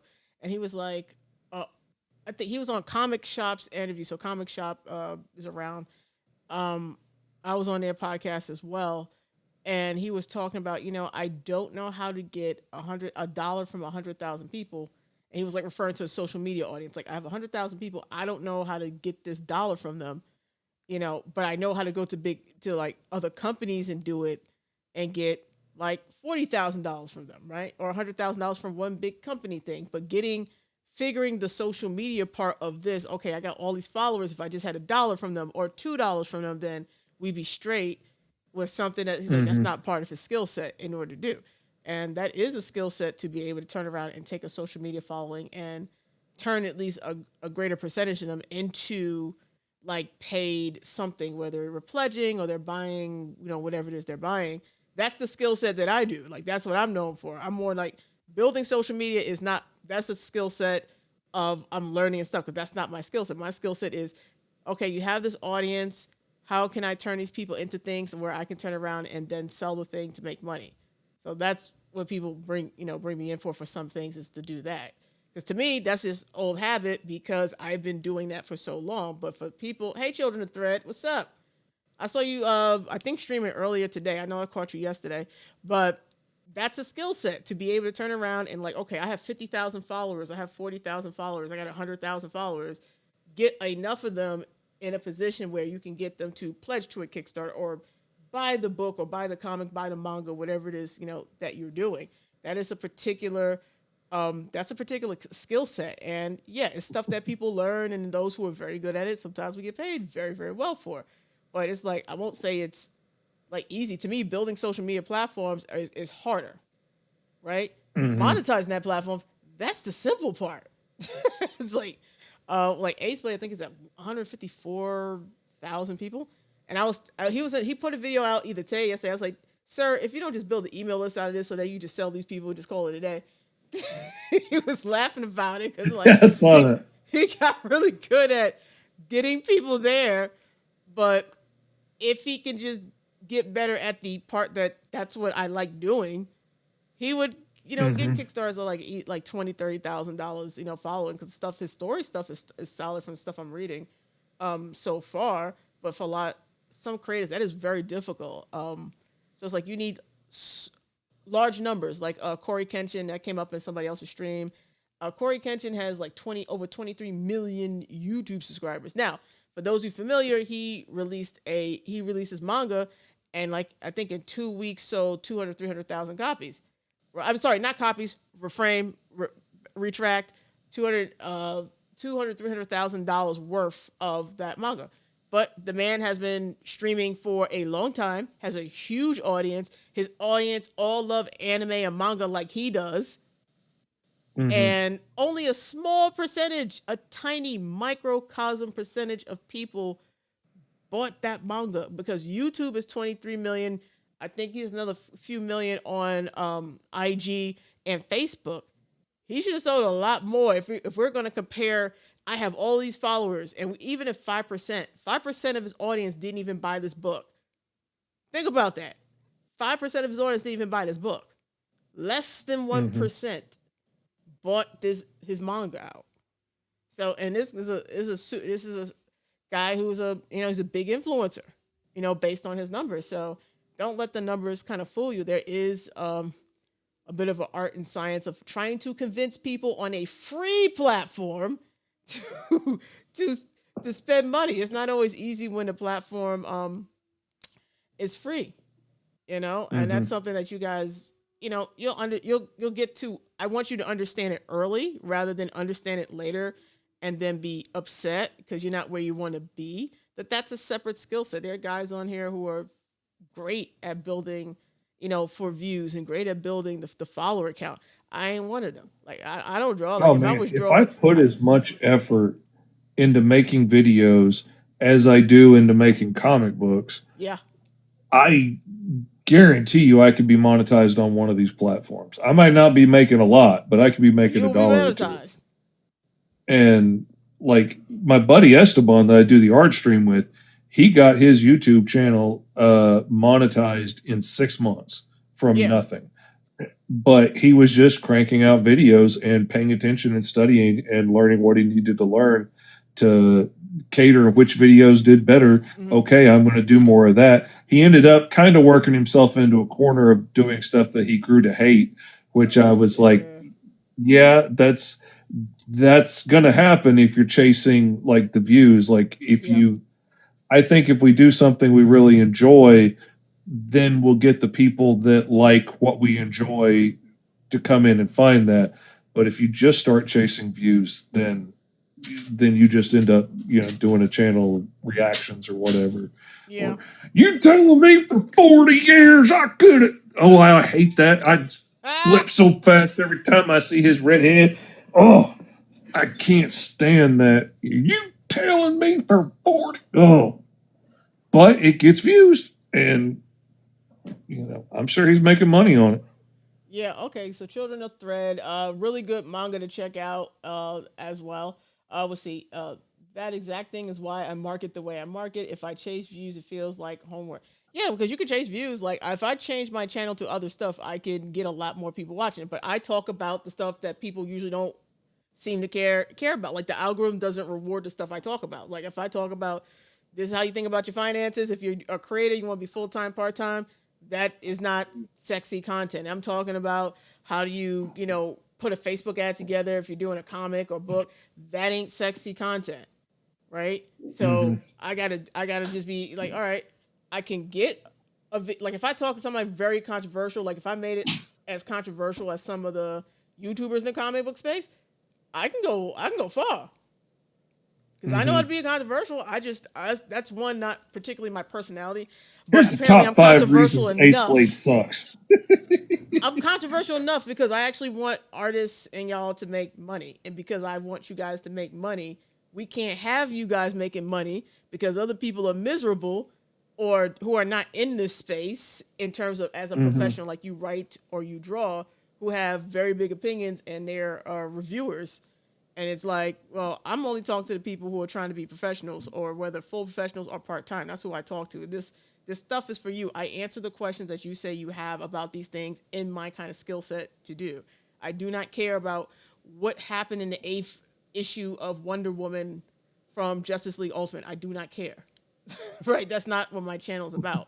So, you got this, from a comic book perspective, you got that space. On the other side, my manga anime babies, um, who I say we love so much because they, some interesting folks over there. Um, you know, you either get when they get their reviewers are very loud, and they all look the same. They all look like they're related. They're loud and they all look. I'm sorry. I'm sorry. Y'all all look like you're damn near related. Y'all all cousins. Does your There's a family look. tree even fork, son? There is a look, That's the and they're like, family "Wow, stick over there. y'all look very similar." Like, and I'm at conventions with y'all, so and I know exactly how the conversation going to go. We're going to talk about power levels. You are going to argue with Mm. everyone. You guys will argue with people who like the anime that you like. They like the character that you like, and you will argue them down. Like I know what's going to happen. So, and then you guys, at least I will say this: most of them are the artists who are working on their manga. They will have these large group streams so they can try to make their deadlines. Y'all do that, and then the stream. I mean, I think y'all get some of the work done. Some of you do. Some of you do. But for most of you, it's very interesting. So I'm into different spaces, and it's like y'all guys are right next to each other. Like when you go to conventions, you're going to be here, and you're going to be here, and you will not cross talk to each other. I'm like, look, if someone likes manga, then they might like this. Try. Why not? Because y'all all kind of in this together. Especially like if something goes wrong at a convention, like it's all y'all by yourselves. So See, I want to make friends with the people around me because, like, maybe somebody comes to my table and maybe they're not feeling, mm, 8 foot lizard monsters trying to be cops to earn their citizenship, or a crazy bounty hunter chick hunting her adopted dad. Like, maybe they're not into that. So, but maybe they're into what you're selling at your table. yeah, So I can point them your direction and be like, hey, you need to go over here and check out the horror books that she's selling over here right. because it's got romance and it's got all this stuff, and send them over there to you, or send them to the guy over here, that's doing whatever he's doing. Yeah, well, that's good And with making I like friends. making friends and being able to do that.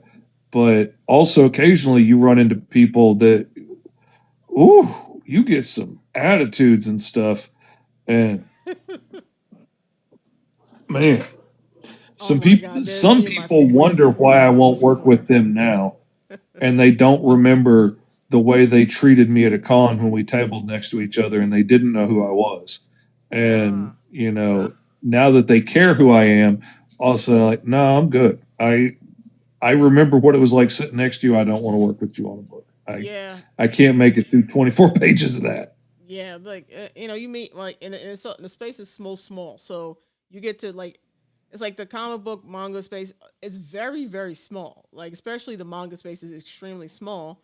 Um, because manga is not originated here in the United States, and the main mangas that people like, the popular stuff, it is tightly controlled. So you're going to have a small space of people, professionals trying to be professionals in that space where they're working with those studios and everything else is very tight. Hey, it's Tommy. What's up? Oh snap! So you're gonna know you're gonna wind up working with folks. So it's probably best to be on your p's and q's, like be a decent human being, because if you're an A, you're probably going to be Mm-hmm. working with that person because there's only like 5 people who work in this particular section, or maybe 10, 20. So at one point, like I knew all the black comic book creators. I knew all of them from a certain degree, and I know some more of the kind of the newer ones who started making comics in the last like 4 or 5 years and stuff. Because I was in that space, it didn't take much. And then I know some of the other a lot of older comic book creators who worked on like Punisher and worked on Superman, and worked on X-Men in the 90s. And like I've met, the space on this side is really small. And then my folks who do webtoons, y'all act like them folks don't exist.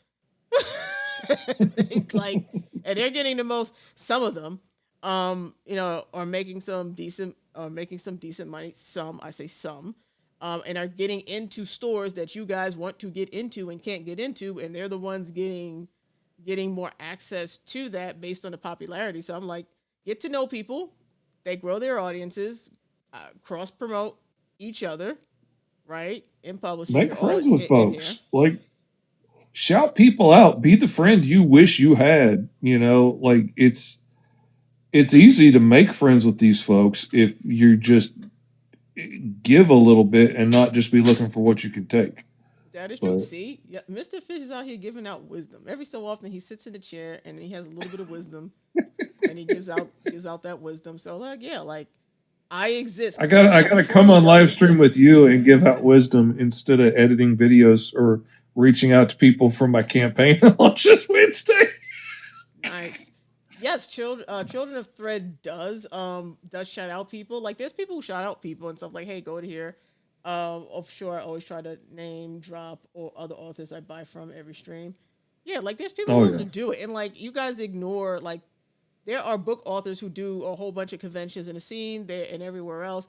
And I tried to get this through people's heads because comic book people tend to be very insular, or like I only read comic books. Their book people read everything. People who like to read just read. You just got to hit Hmm. the genres that they read from. Most of Yeah. the people who buy the Avatar: The Last Airbender comics, they read books. Most of them are not comic book readers. That is the only two comics they read outside of webtoons, vertical comics. They don't read a lot of Marvel or anything like that, and they're more adjacent to like they'll watch anime or anime like things. So like you have like I know the different places. So people get very insular. Like I'm stuck. I say yeah, because you're in this box when you really need to be outside in this bigger box over here. Because those people Hmm. don't care. You're writing a romance something. They just want to read more romance. They're used to webtoon stuff. Okay, you guys, they don't care all that much. Especially if you have a Yeah. similar art style anyway. Like what does it matter if you have an art style that looks like Jimmy Neutron or something like that? They watch Jimmy Neutron. They have nostalgia. They wanna check out your stuff. Like but you got to go out there a little bit to other creators. And I find some of the authors, especially the indie ones in particular, very giving. Oh, you need a shout out? Sure. Like, sure. They're relatively giving. And a lot of the indie authors have audiobooks. So when you're like, hey, I don't like books, I said, but they got an audiobook. You like that? There you go. Give them a shout out for their audiobook. Like, do that. Y'all all listen to that. So if they don't like to read prose, that's fine. They got an audio. Oh, okay, I'll jump on that. So like sometimes it could be simple because some people just like to read. They just want the story. They don't care how they get the story, whether comic book, graphic novel, where we're talking about long form prose, or they like anthologies, or they like webtoons or the art styles that they particularly favor. You're not gonna know until you like just go and ask and do an experiment, and you both find out some things. And you both get a larger audience who might want to support more of your stuff. And my Kickstarter people or my folks who sell direct, you got to not be so scared to say, "Hey, I like this. This is cool." Just to kick off a conversation. Mm-hmm. Is that Mr. Fish's channel now?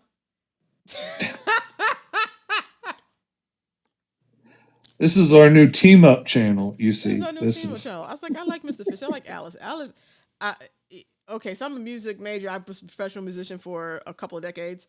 The music stuff that his music picks crack me up sometimes because they fit with the comic in such a way. So I have these associations to the comic because of that. So I was like, this is it. This is Mr. Fish. Like I pay attention. Man, that video did come out good.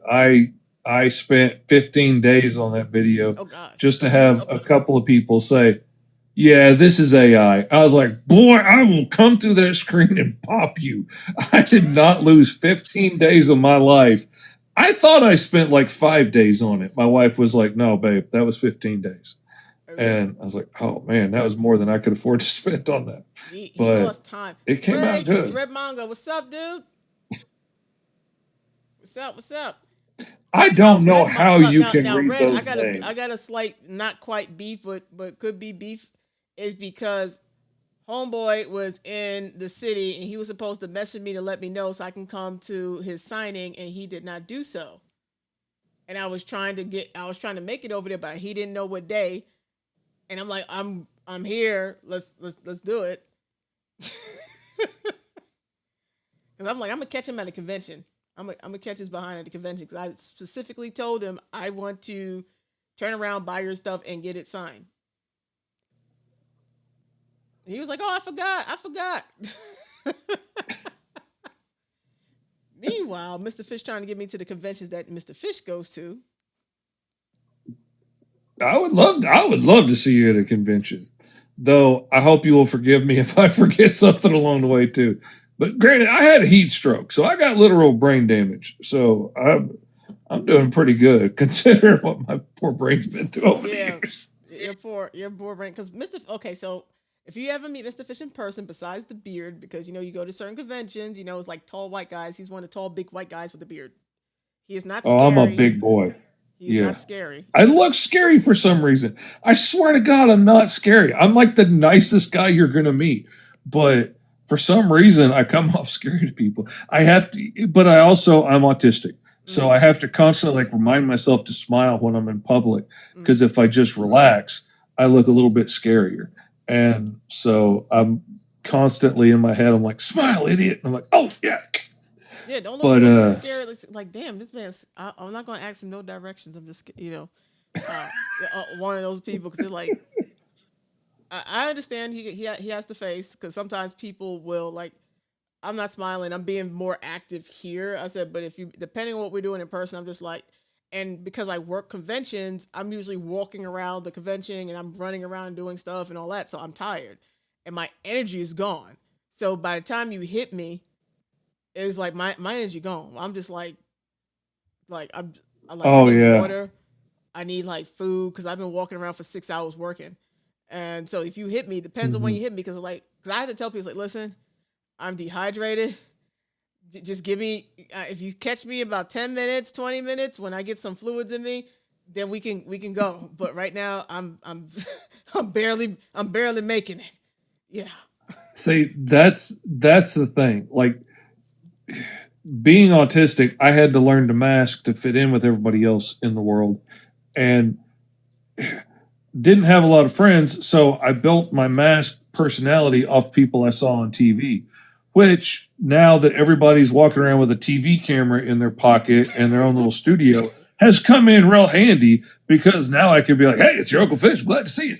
And, kind of have that shuckster kind of, vibe going on, but it's made it easier for me to go to deal with being at cons Right. because I can fall into that persona and act that way, and it fits easily there. And now I make like mental games for myself, like how many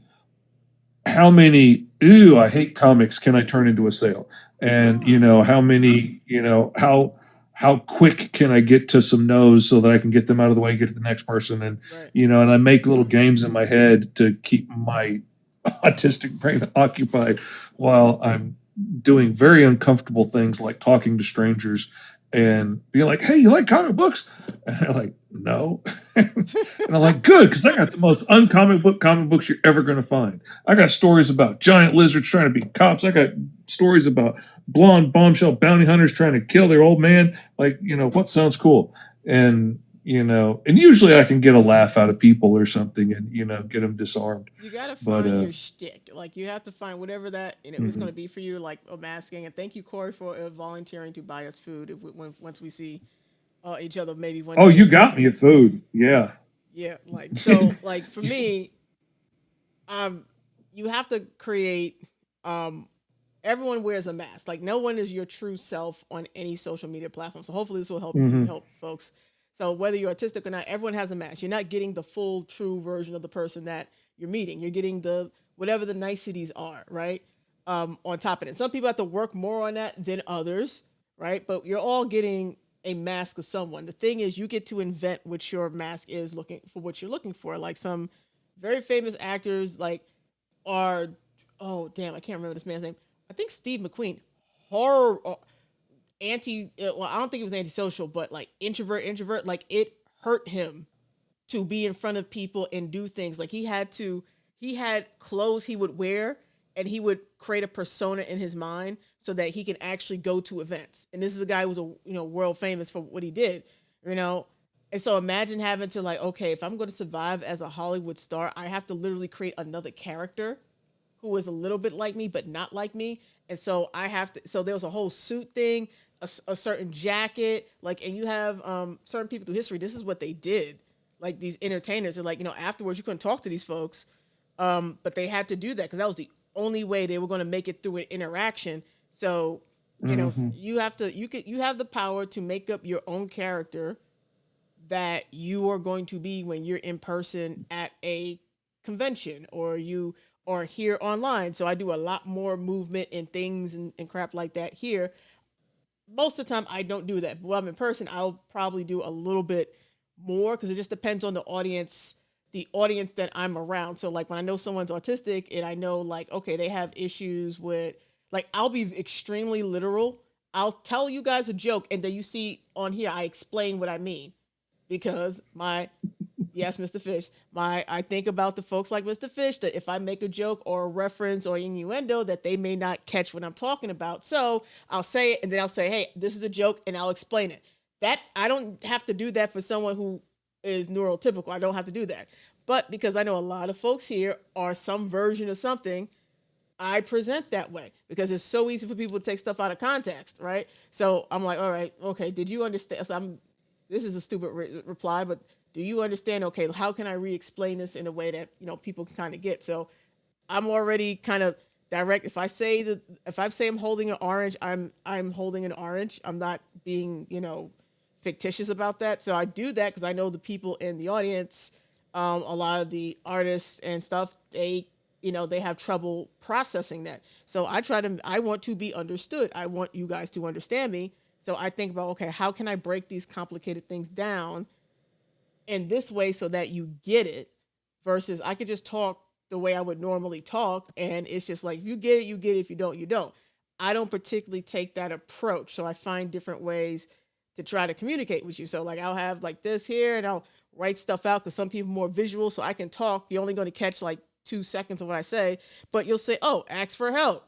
Oh, you'll see like keep it simple, can't spell. Like what? That's weird. You're going to pay more attention, Mr. Fish. So or I'll draw stuff and my drawing is horrible, but it's not for that. It's for presentations for people who are visual learners or they need a specific reference point that they can understand the other things, right? And so I work on it. Hmm. Now, yes, I was a teacher. Yeah, so that kind of and I taught kids with disabilities and adults with disabilities. So I am used to having to figure out how to re-explain something in a way that people hopefully will understand. I don't always succeed, but that matters to me because I know the groups of folks that I'm talking to. So Mr. Fish can watch my video and know I get what she's saying, and that means a lot to me because I'm like, cool. You've had more jobs than I have. That's saying something. I have had a lot more jobs. I don't. You have to have your hustles, dude. I was a professional musician for 20 something years. You have to have your other hustles. You don't. A bass player? What bass play? Like a bass player? Like, come on, you better be a teacher for somebody. You better do something for somebody. Like, I know some starving musicians. I was not trying to starve. I'm a big girl. I like to eat. I'm not trying to starve. I tried doing art lessons at one point, and this rich couple, or two rich couples, hired me to teach their kids, and I just ended up being a glorified babysitter. And I hated that so much because those kids could not have cared less. Their parents thought it would be cute if they took art lessons. And now I'm just stuck here going through the motions for kids that couldn't care less. And oh yeah, I finally quit. I couldn't stand it. It's put me off the idea of teaching for a long time. But now I see some of my friends doing it with people that actually care and want to learn. And I'm like, that would be fun. That would be cool to do. Yeah, I think I don't know if Rob's still here. He might have went to bed, but like Rob, when he have you ever no, you've sat on I think a piece of his live streams, but when he does live stream, because I think you've seen Rob's art, right? Probably. I recognize the name, so I'm sure I have. I'm You just guys not interacted connecting it. usually in my chats, but if you 11:30. haven't, if whenever he does, he's been doing it. I've got him to stream and stream consistently, so he shows up just about every day.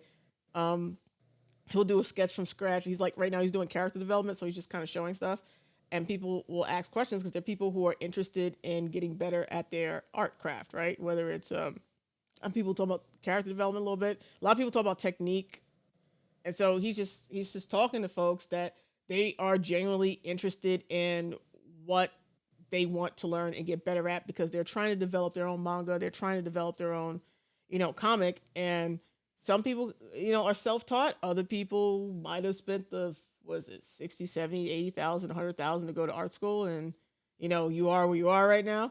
And they get to ask him questions, and he's been enjoying kind of the process of going through that. But that may not be for all of you if you're looking at, okay, hey comics, or cosmic, excuse me. That may not be for all of you. Some of you might say, you know what, I don't like teaching people the thing. I just like doing the thing, whether it's writing books, scripts, what have you, or you're doing the art, or you're doing the lettering, or you're doing the coloring, and that's your thing. You might explain it or don't mind explaining it, but teaching someone what it is, that may not be your bag, and that's okay if it's not your bag. Like me, I like talking, I like teaching. I like explaining. Oh, okay, this is what you need to do. Oh, you just do this. I don't mind explaining, and I do like explaining like how I do what I do to people. And especially like when I learn some new trick in the software that makes my job go faster, yeah, I like telling all my friends about that and sharing about it. I need to go back to doing my School of Fish art stream where I actually like broke down doing something in particular like each week and talked about like how I make buildings or drawing in perspective or character design or whatever. I kind of miss doing that. That was the whole reason I brought Esteban on, was just to have a co-host to help read comments and stuff during School of Fish. But we both were wanting to do a random draw show with other artists, and we both had the same idea at the same time. And I was like, well, heck, let's just do that instead. And it's a lot more fun. And then we end up with people hanging out with us for 2 or 3 hours, watching the whole stream and, hanging out in the comments for 3 hours while we draw. We've actually had to shorten it now because I talked my friends in on my other podcast when we were relaunching from 5 Star Fridays to the 5 Star feed, because Fridays was a bad time to put a show when you go to cons and stuff as much as we do. That was Okay, just a yeah. bad idea. And so I talked them into moving it to Wednesdays, thinking if I've got to lose half a day streaming anyway, I might as well just lose the whole day working and just stream Okay. all day. I did not think about what it does to my body sitting in that office chair upright with my bad back and everything for like Mm. 4 hours straight.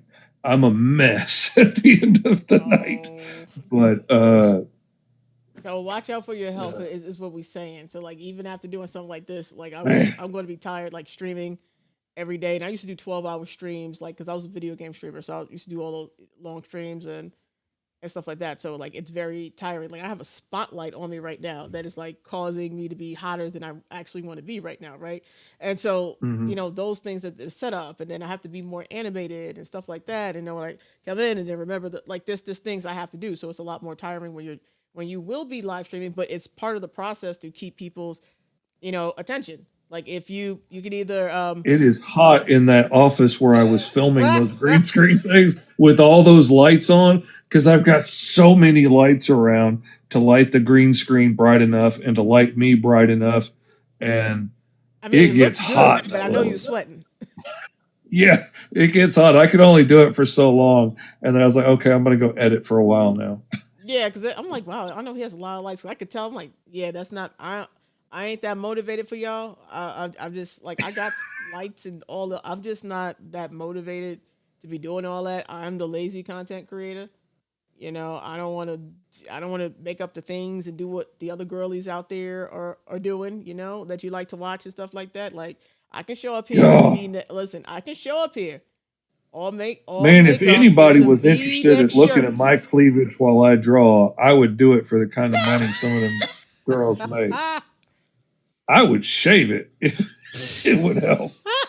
I ain't getting rid of the beard though, and it kind of hangs over. So Yeah, I like I guess it mean, would. I seen the girlies. I'm coming from that world, so I understand. We like the women on the stream are doing it for a reason, and we understand why because people I react for a don't reason. We blame get them it. that one bit, man. If anybody was willing to sign up, for my OnlyPans account, boy, I would hop on in a second. We'll see. Gotta make them OnlyFans, Only bills, Comics, aka Patreon. That's what Patreon is, ain't it? which I do have, and you will get a copy of all the books that I put out shipped to you. So it's a Yeah, pretty good join the deal. Patreon. Like if you like some people's stuff, but yeah, that's what OnlyFans is Patreon. And Hmm. Patreon is the OnlyFans for creators and artists. That's what it was built for. So like yeah, and I know a bunch of people like Goblin Grim and the rest. They got uh, a bunch of they have Patreons and stuff like that. So growing that, I had a Patreon. I shut that down. I might open one of those things up. But my thing is, I like more interaction. So like you could be there, but then I don't like the interaction because the UI is so old of what it actually is. So I like Hmm. prefer like we can do a group, but it would be on this platform because I can. The UI is better to message back and forth, and to present back and forth. So like if Yeah, I I'm gonna get have no interaction something on the actual PayPal. Like right, people support and they back, and occasionally will reach out to me directly if like they're looking for a package or something and it yeah, got returned because they didn't empty their mailbox. But they don't message me on there. I don't get any likes to any of my posts or anything, hmm which emotionally is kind of like it makes me not want to put stuff there yeah. because people aren't reacting there. Hi, Clifton. They just go there to support and then walk away and don't Yeah, they interact kind of over there. they do. I don't like I said, it's a really old because I used to build people's membership sites and stuff like that before there was a Patreon. And when you wanted something, you had to custom build it or use. There's only like two plugins, and they were super too much customizable, and if stuff would go wrong as soon as you add something, you would have to go to the source code and fix it and all that. So I know what it looks like. That's what it is. Like I think old member mouse and stuff like that. So like if I do a membership thing, I'm like, all right, it's probably going to be in school because I like the UI in school.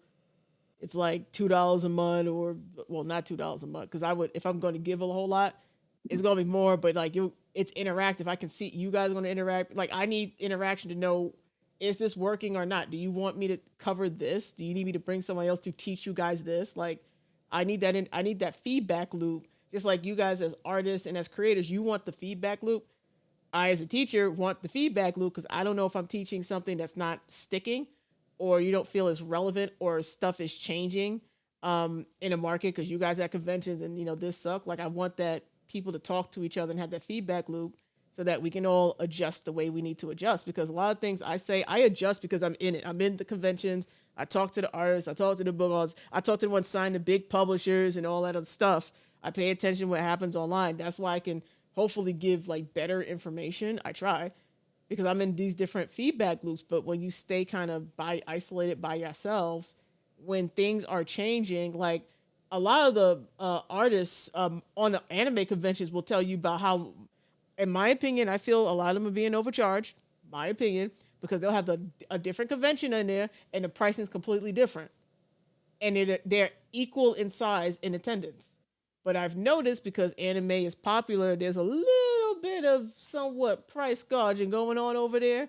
And that's why I Mm. like paying attention to those who exclusively do all these different anime conventions and pop-ups, because they'll tell me, hey, well, how much did you pay on da da da? I just want to know, like, right? Or I have my mentees who do conventions too, and they're telling me like, hey, what does this look like and everything else? Because then we'll have that same convention hall, same amount of people, different type of convention, and all of a sudden they're not being charged for the thing they were charged like a week ago for, right? So I try to pay attention to some of that because I don't believe that kind of stuff is fair, but maybe I'm just foolish. Maybe I'm just a little foolish. I mean, it's getting to the point now where like a lot of these artist alley table fees and stuff just feel predatory at a lot Mm, of these cons. Like they're just trying to profit off us as much as possible without without giving a flip about trying to promote anybody there, or let anybody know that we're over yeah, there, or it doesn't feel like we're getting any bang for a buck for what you're spending for it. But yeah, yeah. I feel that way too. And as someone who works at them spaces and like see the back end of some of the larger conventions and what they charge for and some of the mid-sized ones and stuff like that, I'm like, yeah, I could have done better than this. So like so mhm. what I try to advocate for the vendors, the artist alley and all that stuff. I try to advocate for you because I've seen the back end of the books and all kinds of stuff and how much they paid, this person and that person. And meanwhile, they don't want to, like, if you're going to have a convention, you have to invest in marketing to let people know that people exist and that you're having a convention, Mhm. especially when you're having a convention in a convention hall where there's another convention right next door. You Mm. kind of need to let people know what's going on. I've seen cases where I've known folks who vended at conventions and they didn't really have people come to the convention because no one knew the convention was happening, right? And I don't think that's fair because they Yeah. were charging them $4.50 a table, Mhm. and they didn't have any traffic, and like I don't think that stuff is fair. So if you're going to do that, if you're going to charge all this extra money, yes, the convention hall is going to charge you, the building's going to charge you what they're going to charge you, but you should be, if you're going to do it, and you're having like have don't have it at a convention center, have it in somebody's comic book store, like have it like a conference room in a hotel. It's cheaper. Mhm. You don't need the Jacob Javits Center to have your convention. You don't need the NGR Center. You don't need these huge places to have conventions. It's better you have a smaller convention and have it packed with people who are there and excited. People can have that one-on-one time, and you guys can do your pitches, and maybe you'll have a smaller artist alley, but everybody makes money. I've been Mhm. to conventions where everybody's made money. Like that's possible. So some of these conventions, like some of the stuff I'm seeing, especially the last like 2 or 3 years, have not made me happy the way stuff has been run. Because I talked to you and Goblin and like poor Goblin. I think you Oh probably seen man. the video. What happened? Yeah, that last con getting shut down, or not letting everybody in. Yeah, that Yeah, was like messed up. yeah, like stuff like that. I don't like seeing stuff like that happen to you because a lot of you are on tight like financial budgets and stuff like that. So you don't need to. You put your, well, at least Oh God man, save yeah, your money. the two cons, at the end of 2024, Hmm. I'm still paying on those things on the credit cards. And, but I'm an artist. I'm making my living drawing comic book pages, which doesn't pay the highest, Yeah. returns. And so it didn't take much. And when one of those cons really lost me like $1,500. Okay. And in the end of it, that hurts. I'm still paying that off on the credit cards. I'm still limping because of that. And I only did, I think, 2 cons last year. And those were ones that I was invited to that I didn't have to pay for. So I just Yeah. drove out there and had a hotel or whatever and, took Yeah. a weekend with the wife and had a nice trip and went and made some money at a show. But I'm doing several more this year, but Oof, you're gonna be busy. it's yeah. Oh yeah, I've got one every month, which a lot of people do them every week. I cannot physically do that. Yeah. Yeah. I can't. But I got one a month for like the first 3 or 4 months, and then like one in September and Okay. whatnot. Yeah, I got my see my other client, they do 40 some conventions a year. Sometimes they split because two conventions are happening at the same time. So she's going with her husband, and her daughter and the brother uncle go to the other one. And so, Mhm. to split up. At some conventions they do that many conventions a year, and they can't. And it's hard for them to work on the things they need to work on, like to do any new product, because they're always at conventions. They just don't have they don't really have the time, because it's like, all right, you're going to a convention, so you're packing up Monday, Tuesday, Wednesday, getting stuff together, and then Thursday you're traveling at least by Thursday because you have to be there Friday, right? And do that, and then Sunday you leave like Sunday night, Monday, depending on the convention. Some convention centers will say you can't pack up until that Monday. If you're in Jacob Jaffa, Mhm. some of the big ones, they'd be like, yeah, you can't pack up till Monday. Like it just depends, right? So um, their weeks are shot, and they're doing like convention after convention, 1 week off, convention, 1 week off type of deal. I'm with you, Cosmic. That's way too much for me. I'm too old for that I'm crap to too go old. on every week. I'm Nah. not even that old yet, and I'll be tired. I'll be like, I'm doing 7. That's too much. I ain't. And I'm like, I'm talking about. I was like, damn, I still have to travel to these conventions. I'm working just in a different capacity anyway. But like, people like, why don't you vend? You own Black Nerd Swag. You can vend. I've been offered free tables at conventions and told them folks no. I was like, no, give it up, give it to somebody, give it to so and so, Yeah. give it to them. I don't. You don't want to vend here? Nah, I'm good. That's a nightmare. I don't want to. That's Well, the my nightmare. wife had to have a talk with me about it because we did like 11 cons one year, Oh, which again, that's a lot for that's a me. lot. And she was like, we really need to look at the numbers here because like I was making plenty at the con to cover the cost of the con and the hotel and the trip and make a profit. I was doing good Right. at that. If you're just taking the like 3 days of the con Yeah. into account.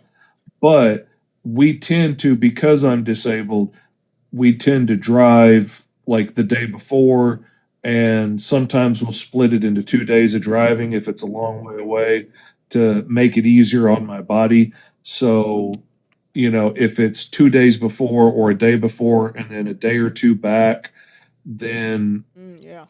and we tend to like stay the night Sunday night Yeah. so Okay. that we can leave Monday morning and not be driving all night long because we're too old for that crap. Mm-hmm. And so suddenly, when you take that into account, and then you take like the day or two I spend getting everything ready before the con, Right. making sure I have inventory and everything I need, that becomes like a week of time. And suddenly, I'm not making as much money in that week because off of what I make at that convention as I would if I was just working for the week. Yeah. And Exactly. I was like, damn, you're right. I was only looking at the time we're at the con and I was doing good for that. But for You five add to all seven the days, that wasn't as good of money anymore. Yeah, like, I And try to bring a light to us. Like, guys, like, let's look at the numbers of what this is. You're really not making X, like, mhm. because you're not counting, you're discounting your time. Like, hey, oh yeah, I gotta drive 2 days. Oh yeah. And some of that is about building fans and stuff too, because like you go to one of these cons and then you get somebody new that's supporting the Patreon every month, or you get somebody new that's now backing all the Kickstarters, or they bought, one issue of the Mighty Caw and then they went online and they bought the rest of them, and then they bought all of Green Zone, and then they bought all of Alice, and now they're backing everything. You know, I did one live stream on TikTok one day, and freaking Mr. Midlife Crisis happened into my live stream. Had no idea that there even were indie comics. Didn't know people still made comic books. We got to talking about it. He bought one of my books out of the TikTok shop, came back and bought everything, Nice. and now he like he's one of my biggest backers on my Patreon every month, and backs my every Kickstarter at like the highest tier. Oh, And nice. because I just stumbled across this dude, and he ain't rich. Like he's a blue collar working dude, working like road crew or something in Boston. And but he is flat investing in my profession because stumbled across him in a live video one Yeah, day, cosmics, like, with that's like awesome. four Yeah, that's people in it. awesome. Yeah, because you'll meet people. You'll meet people. Like, it's a nice place to network, and yeah, you can meet people, and everything else, and that's cool. Like, if you're looking at number wise, okay, if someone's on your Patreon and they're giving you $5 a month, that's six. If they stay for the entire year, because we have something called churn, is churn is a common word that is used for figuring out subscriptions and memberships, like what's the actual value. So, like, if they're spending $60 a year and they're staying with you a year, okay, that's $60. How does that equal to, whatever the time and all the other costs, all the other stuff that we're not keeping it from. But if people on your Patreon for an average of 3 months and then they're leaving, how soon can you replace that person and add more people? If your Patreon, if you're trying to get your Patreon to get to the point where it can pay rent or at least um, buy food, right? So Hmm. stuff like that. So, like, the way I attempt to think about it is like, well, what's a bill can we get rid of, and can we at least tackle making enough to take care of that bill? Because we could scale stuff out. So, but instead of making a big number, like 4,000 might be a really big number on, like, this is what I need to live. Like, can we get it to the point where I can at least pay my cell phone bill, or I can pay my food bill? Because all the skills that you will need to learn to do that is the same skills you need to learn to, pretty much most of the skills you need to learn to make the bigger numbers. But it just won't be as overwhelming versus, okay, we got to cover this bill. Your phone bill is $90 or it's $150 or whatever it is, right? We just need to figure out every month, can we consistently cover that bill? And so I want to get people the habit of, like, breaking it down and, like, let's just tackle this one bill. Let's see if we can just hit this bill every month. So no matter what happens, if, hey, I got your Patreon, not making much money. I said, yeah, but you're covering your phone bill. You'll never not have a phone, And I just want to, like, get to the point, because we can do the big thing. So, like, when I work for a couple people, it's like we're just trying to pay one bill, or we're trying to, now we got that one bill pretty straight. Now we're trying to get the bill number two, because it's just easier to think about it that way. Because often it's the main thing they're doing. They're driving from Kickstarter and they're doing a lot of conventions. But when it comes to, okay, how am I getting my online sales, like my one-offs from the website, or TikTok shop, or for those of you selling on Whatnot, for those of you who doing live, if you're doing live selling on TikTok, you better turn around and make a Whatnot account and do live selling on Whatnot. There's a lot of comic book folks who are readers and buyers on Whatnot. Go over there as well if you're doing TikTok shop. Okay. I got to figure out Whatnot because like I've got Alice the would do app. well, should do well over there. Once you calibrate the audience, it should do well over there. The only thing I've ever done on Whatnot was message my printer in China that I was using. Like that's the only thing I've ever done on it. And I think I sent his contact info to Kyron over Okay. Whatnot, and that was it.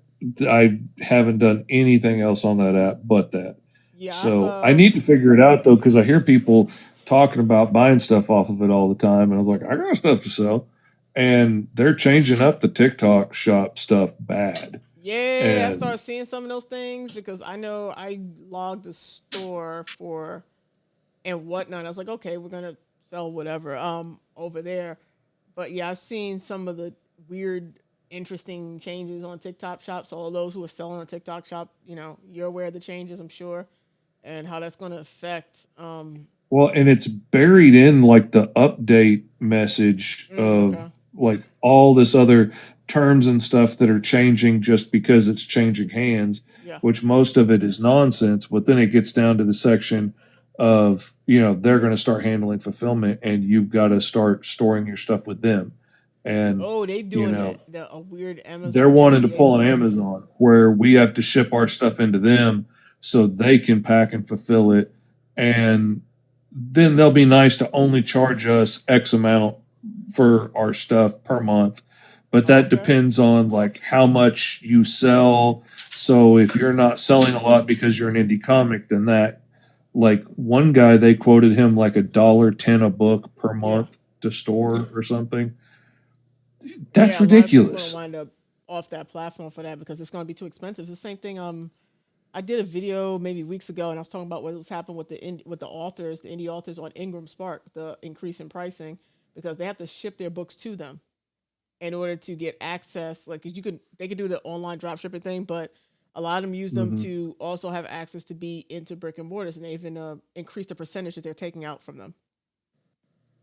There's no other. Oh yeah, There's like no other benefit. There's no other benefit being added to this. I don't think. no. It was the regular update I they were just going to do anyway, and recently then it was a lot more, and they were like crying about it because they're like, without this, there's no other way she can get into the couple of stores that she's already in because of the POS system they use in the store. So like even with this, there's a bunch of stores that like listen. I mean, because if you're selling your stuff to a store, and this is they have to have the SKUs and all that stuff in their system so they don't have to go through technology hell because most of these people are not extremely technical, and like so Ingram Spark provided that. So if there's a lot of bookstores that straight up said and told these people like, listen, if you don't use Ingram Spark, there's no other way you're getting your indie book in my store. I'm not going through the nonsense. So there's a lot of not happy people. mm, yeah. I saw a post recently Mm, from a fellow creator who is like being bankrupt by Amazon because, at one point he was selling a lot of books yeah. through Amazon. So they encouraged him to ship a lot of books out to them and they would store them in the warehouse and ship them out for him, which sounded great at first until sales started to decline a little bit because there's only so many people that want to buy like your first issue or whatever. And once they bought it, sales are going to go down. There's Yeah, just going to be a exactly. trickle of people coming through after that. And so once sales went down, they wanted to start charging him storage fees for the books being there. And the fees got astronomical quick. And it just kept growing to like tens of thousands of dollars now that they want from him for storing Yeesh. it. And they can't eat. Like he at one point he was like, just throw them away. Like, oh no, there's a disposal fee. We have to Yeah. destroy them so that you can't say that we sold them to somebody or somebody else is reselling them. So we have to charge you, so many grand to destroy it. And it's just no matter what he does, Oh. it's life ruining for him at this point. Yeah, And that ain't fun. dang, That's not fun to be in that situation. Like I I'll ran. stay small. I'm fine. Yeah, it's like yeah, it's because you can't win. You really can't Yeah. win when you're that small, and they're like, hey, you have to use our fulfillment center. So if that's what they're doing, one, I don't even know if these folks have the damn capacity because I don't want to get into, but I don't know because I'm like, yeah, someone you're gonna force these people to send their comics, send their books, send their whatever the heck it is, and then I'm waiting for somebody to say, "Oh, we lost it," because they don't know what they're doing. Because you don't know who's the Hmm. fulfillment center, who's running that. Yeah. But surely that won't be their responsibility. That'll be your fault that they I'm lost sure it. it's in the terms of Like service. somebody came in watching the art stream on Wednesdays with Esteban, Mm-hmm. and then they went to my TikTok shop and bought all of my books. which is awesome. Nice. And then the TikTok shop wouldn't let me print up the postage because all of a sudden they don't think my zip code is a real zip code anymore. And yeah, I was shipping from it for like a year and a half or whatever, Oh, but all of a sudden it's not a zip code anymore. And they would not allow me to fix it. They every time I would go through the process of putting it in, like, no, you have to use a real zip code. And really? eventually I had to switch it over to where I can do my own shipping now and I have to charge shipping on top of the sale. Hmm. I have not gotten another sale in the TikTok shop since. Like used to, I would not get over like 12 to 16 people visiting my shop without making a sale. Yeah. After Danny did that video unboxing my books, Yeah. I got like 280, 350 people a day coming through the shop for the next few days. Yeah. Never made a single sale. Yeah. Stuff. I mean, it's stuff that annoys me because it's like I know stuff like that happens, like the optimization. I know people who run much larger TikTok shops, like they're selling thousands of things, and like what something happened with them, and they were kind of locked out the damn shop, and like no one could get people. They didn't stop people from buying things. They stopped them from Mm-hmm. going in and fixing No. so they can so you can buy the thing, but on the Mm-hmm. back end, the people trying to pull the orders so they can pack them, they changed something in there, and they've been fighting for that for like the last week and a half, trying to get back in there because they're getting like traffic is hitting and they're getting sales because it's still collecting because they're like at least shut down the store from their end until we fix it because people come in with orders and we can't pull none of the orders, even the information, even if Mm-hmm. it's like, hey, at least give us the information. So like, hey, I need to. They took the money, cool. We want to fulfill, so we don't look bad because then people don't get their stuff, and then they really, come after you. You know, it's a bad situation. You're like, oh well, we don't know, and it's like it's not fun, y'all. Yeah. Or closing down people's ability to get their money out to get payouts Yeah, because of one convoluted reason or another, but they're still taking sales on TikTok shop side yeah, so that you still got orders coming in and they still have to be out in 3 days or you were going to get penalized for it, but you don't have any money for shipping or anything because all your money was tied up in the TikTok shop. And like I've seen guys that have like been excited to be able to quit their day job yeah. because of the amount of indie comics they're selling on the TikTok shop. And now they're fixing to change all of that, pull the rug out from underneath Yeah, everybody. about the it's like they're gonna be like, hey, well, you're gonna have this day to ship all your comics to us, and they have to be shipped a certain way. If they're not shipped a certain way, that you're gonna get charged for that. And when they're here, they have to be. We have to figure out the bin numbers and all that stuff and how they're gonna be stacked and stored. And for those of you who don't know that side, you get charged for different pieces of the process. You get charged for every piece of the process by weight or units, right? So if you're only selling, I don't know, $1,000 worth of comics, which could be, whatever. It could be you selling 100 comics a month, right?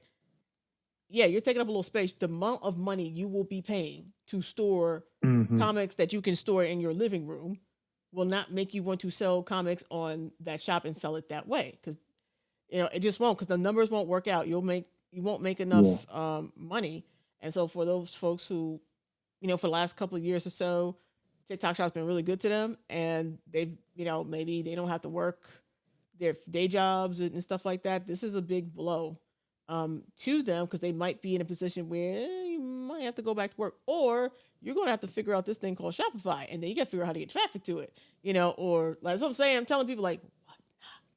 You might want to just if you're live selling anyway, and TikTok Shop gonna act like that, you might as well, do what you got to do, especially if you already quit your job. You know, Mm-hmm. you gotta do what you gotta do. Yeah, I need to check out Whatnot and figure that out. Like I I've streamed on Twitch for a long time, Mm-hmm. but I've realized that that's a two-way platform, and I just don't have enough time to invest over there to build like connections with people to want to come over. I just don't have enough in me. Like Yeah, I've got books to make and yeah. It stuff. is a two-way platform. If you If you're not familiar with Twitch, that's usually a gaming platform. That's where I'm also at. I play video games over there. It is a two-way platform. You have to network. So like even when I stream, I'm not monetized over there because I wasn't interested in it. But I'm in a whole bunch of discords and like a whole bunch of streamers. There's streamers I moderate for sometimes, and like it is a two-way relationship if you want to grow on Twitch. Is like especially the arts community is extremely vibrant over there, but you have to be in people's streams. You have to make yourself known. You have to be in their discords. You have to put the pictures up and build that relationships. Other than that, they're very it's a big community over there, but you have to put in that work. And if you don't have the time to do that because you got production, you got other stuff going on, Mhm. it's going to be harder. I've known their comic book artists over there who have made their careers because of them streaming on Twitch, but had their own Discord, grew their own Discord, were in other people's Discords doing all of the things outside of they got to draw for 18 hours, right? So they Mhm. put in a lot of work. So yeah, they benefit. They had a great benefit from it, but they put in a lot of extra hours, and that just may not be something that you guys can put that same amount of hours. So they were like working 60, 80-hour weeks trying to make Twitch work and then doing their regular comic book gigs and stuff like that. That may not be something that's feasible for you. So you must, whatever platform you decide to live stream on or do, you have to make sure that it's feasible for the time. Like I only stream maybe once or a couple of times a week because I have other things to do. I'm in other people's streams, watching, networking, learning, and then I have my own stuff I have to do. I have my own work I have to do. I have to make sure I make enough money, pay people, and pay my bills, right? And all that stuff. So I have Mhm. to balance all of these things out and make content and edit content. And as you see, I'm a very lazy content creator. So I ain't doing Mr. Fish out here with a big presentation here. I ain't doing all that. I am not doing all I can tell you that right now. So I appreciate anybody sharing, liking, following. I appreciate that because I ain't doing all that. Y'all too fancy for me. Right? Y'all too fancy for me. I love y'all to death, but y'all be If you had any idea what I wish I was doing, but um, I'm not doing nary a portion of what I wish I was doing. But also, like as soon as I got everything set up in my office, my our two boys are trying to switch rooms. ah, So now my office is like half full of boxes of stuff as they're in the process of moving, and I'm wondering how many weeks that's going to yeah, sit about to there. say they're gonna get it But by now, next year, right? they better. Like But next year, maybe if we're it's lucky, maybe Thanksgiving this year. I'm hoping it goes quickly, but I'm already fed up. I had to crawl over boxes to get like all the issues of the Mighty Call to ship out to a Yeah. client today that ordered them, and I was like, that wasn't fun. I nearly broke my back trying to reach my Gemini mailers that are all the way in the back corner of the room, but it's nice and convenient when I had the back table to pack on. I can't get to that table anymore. When you have children, the things you Yeah. go through for those who understand. But it is 12 a.m. Actually, it's 12:02. I'm not doing 4 more hours as much as I love Mr. Fish. I am. We are not doing that. Did I eat dinner? I don't think I did. That's a whole other story. I didn't, and I bought stuff to cook for dinner. Ain't that something? So yeah, we're gonna end this That's not my here. fault. I came in after dinner, but my wife went to bed an Whoa, hour whoa, ago. okay. So I appreciate every single person here. If you're not following me, make sure you make a follow. If you got Kickstarter stuff coming on, I do drop in folks streams as folks see children. The thread is cool to check out. Mr. Fish, wonderful to check out. Cosmic, always love when you stop by. Appreciate you. Real tough. Mr. Fish has a Kickstarter coming out next Wednesday, so make sure you go follow him. Go on his profile. Check out what he's got. If it's something that you like, you know what to do. Until next time, I don't know if I'm streaming tomorrow. Lord only knows. Hey, and Pure, I'm about to end it, so I'll see you later. DM me if you have a question. Um, I don't know. I might get on tomorrow. I might not. We gotta see. I got a lot of work to do, but I will check all of yous out later. Bye, Mr. Fish.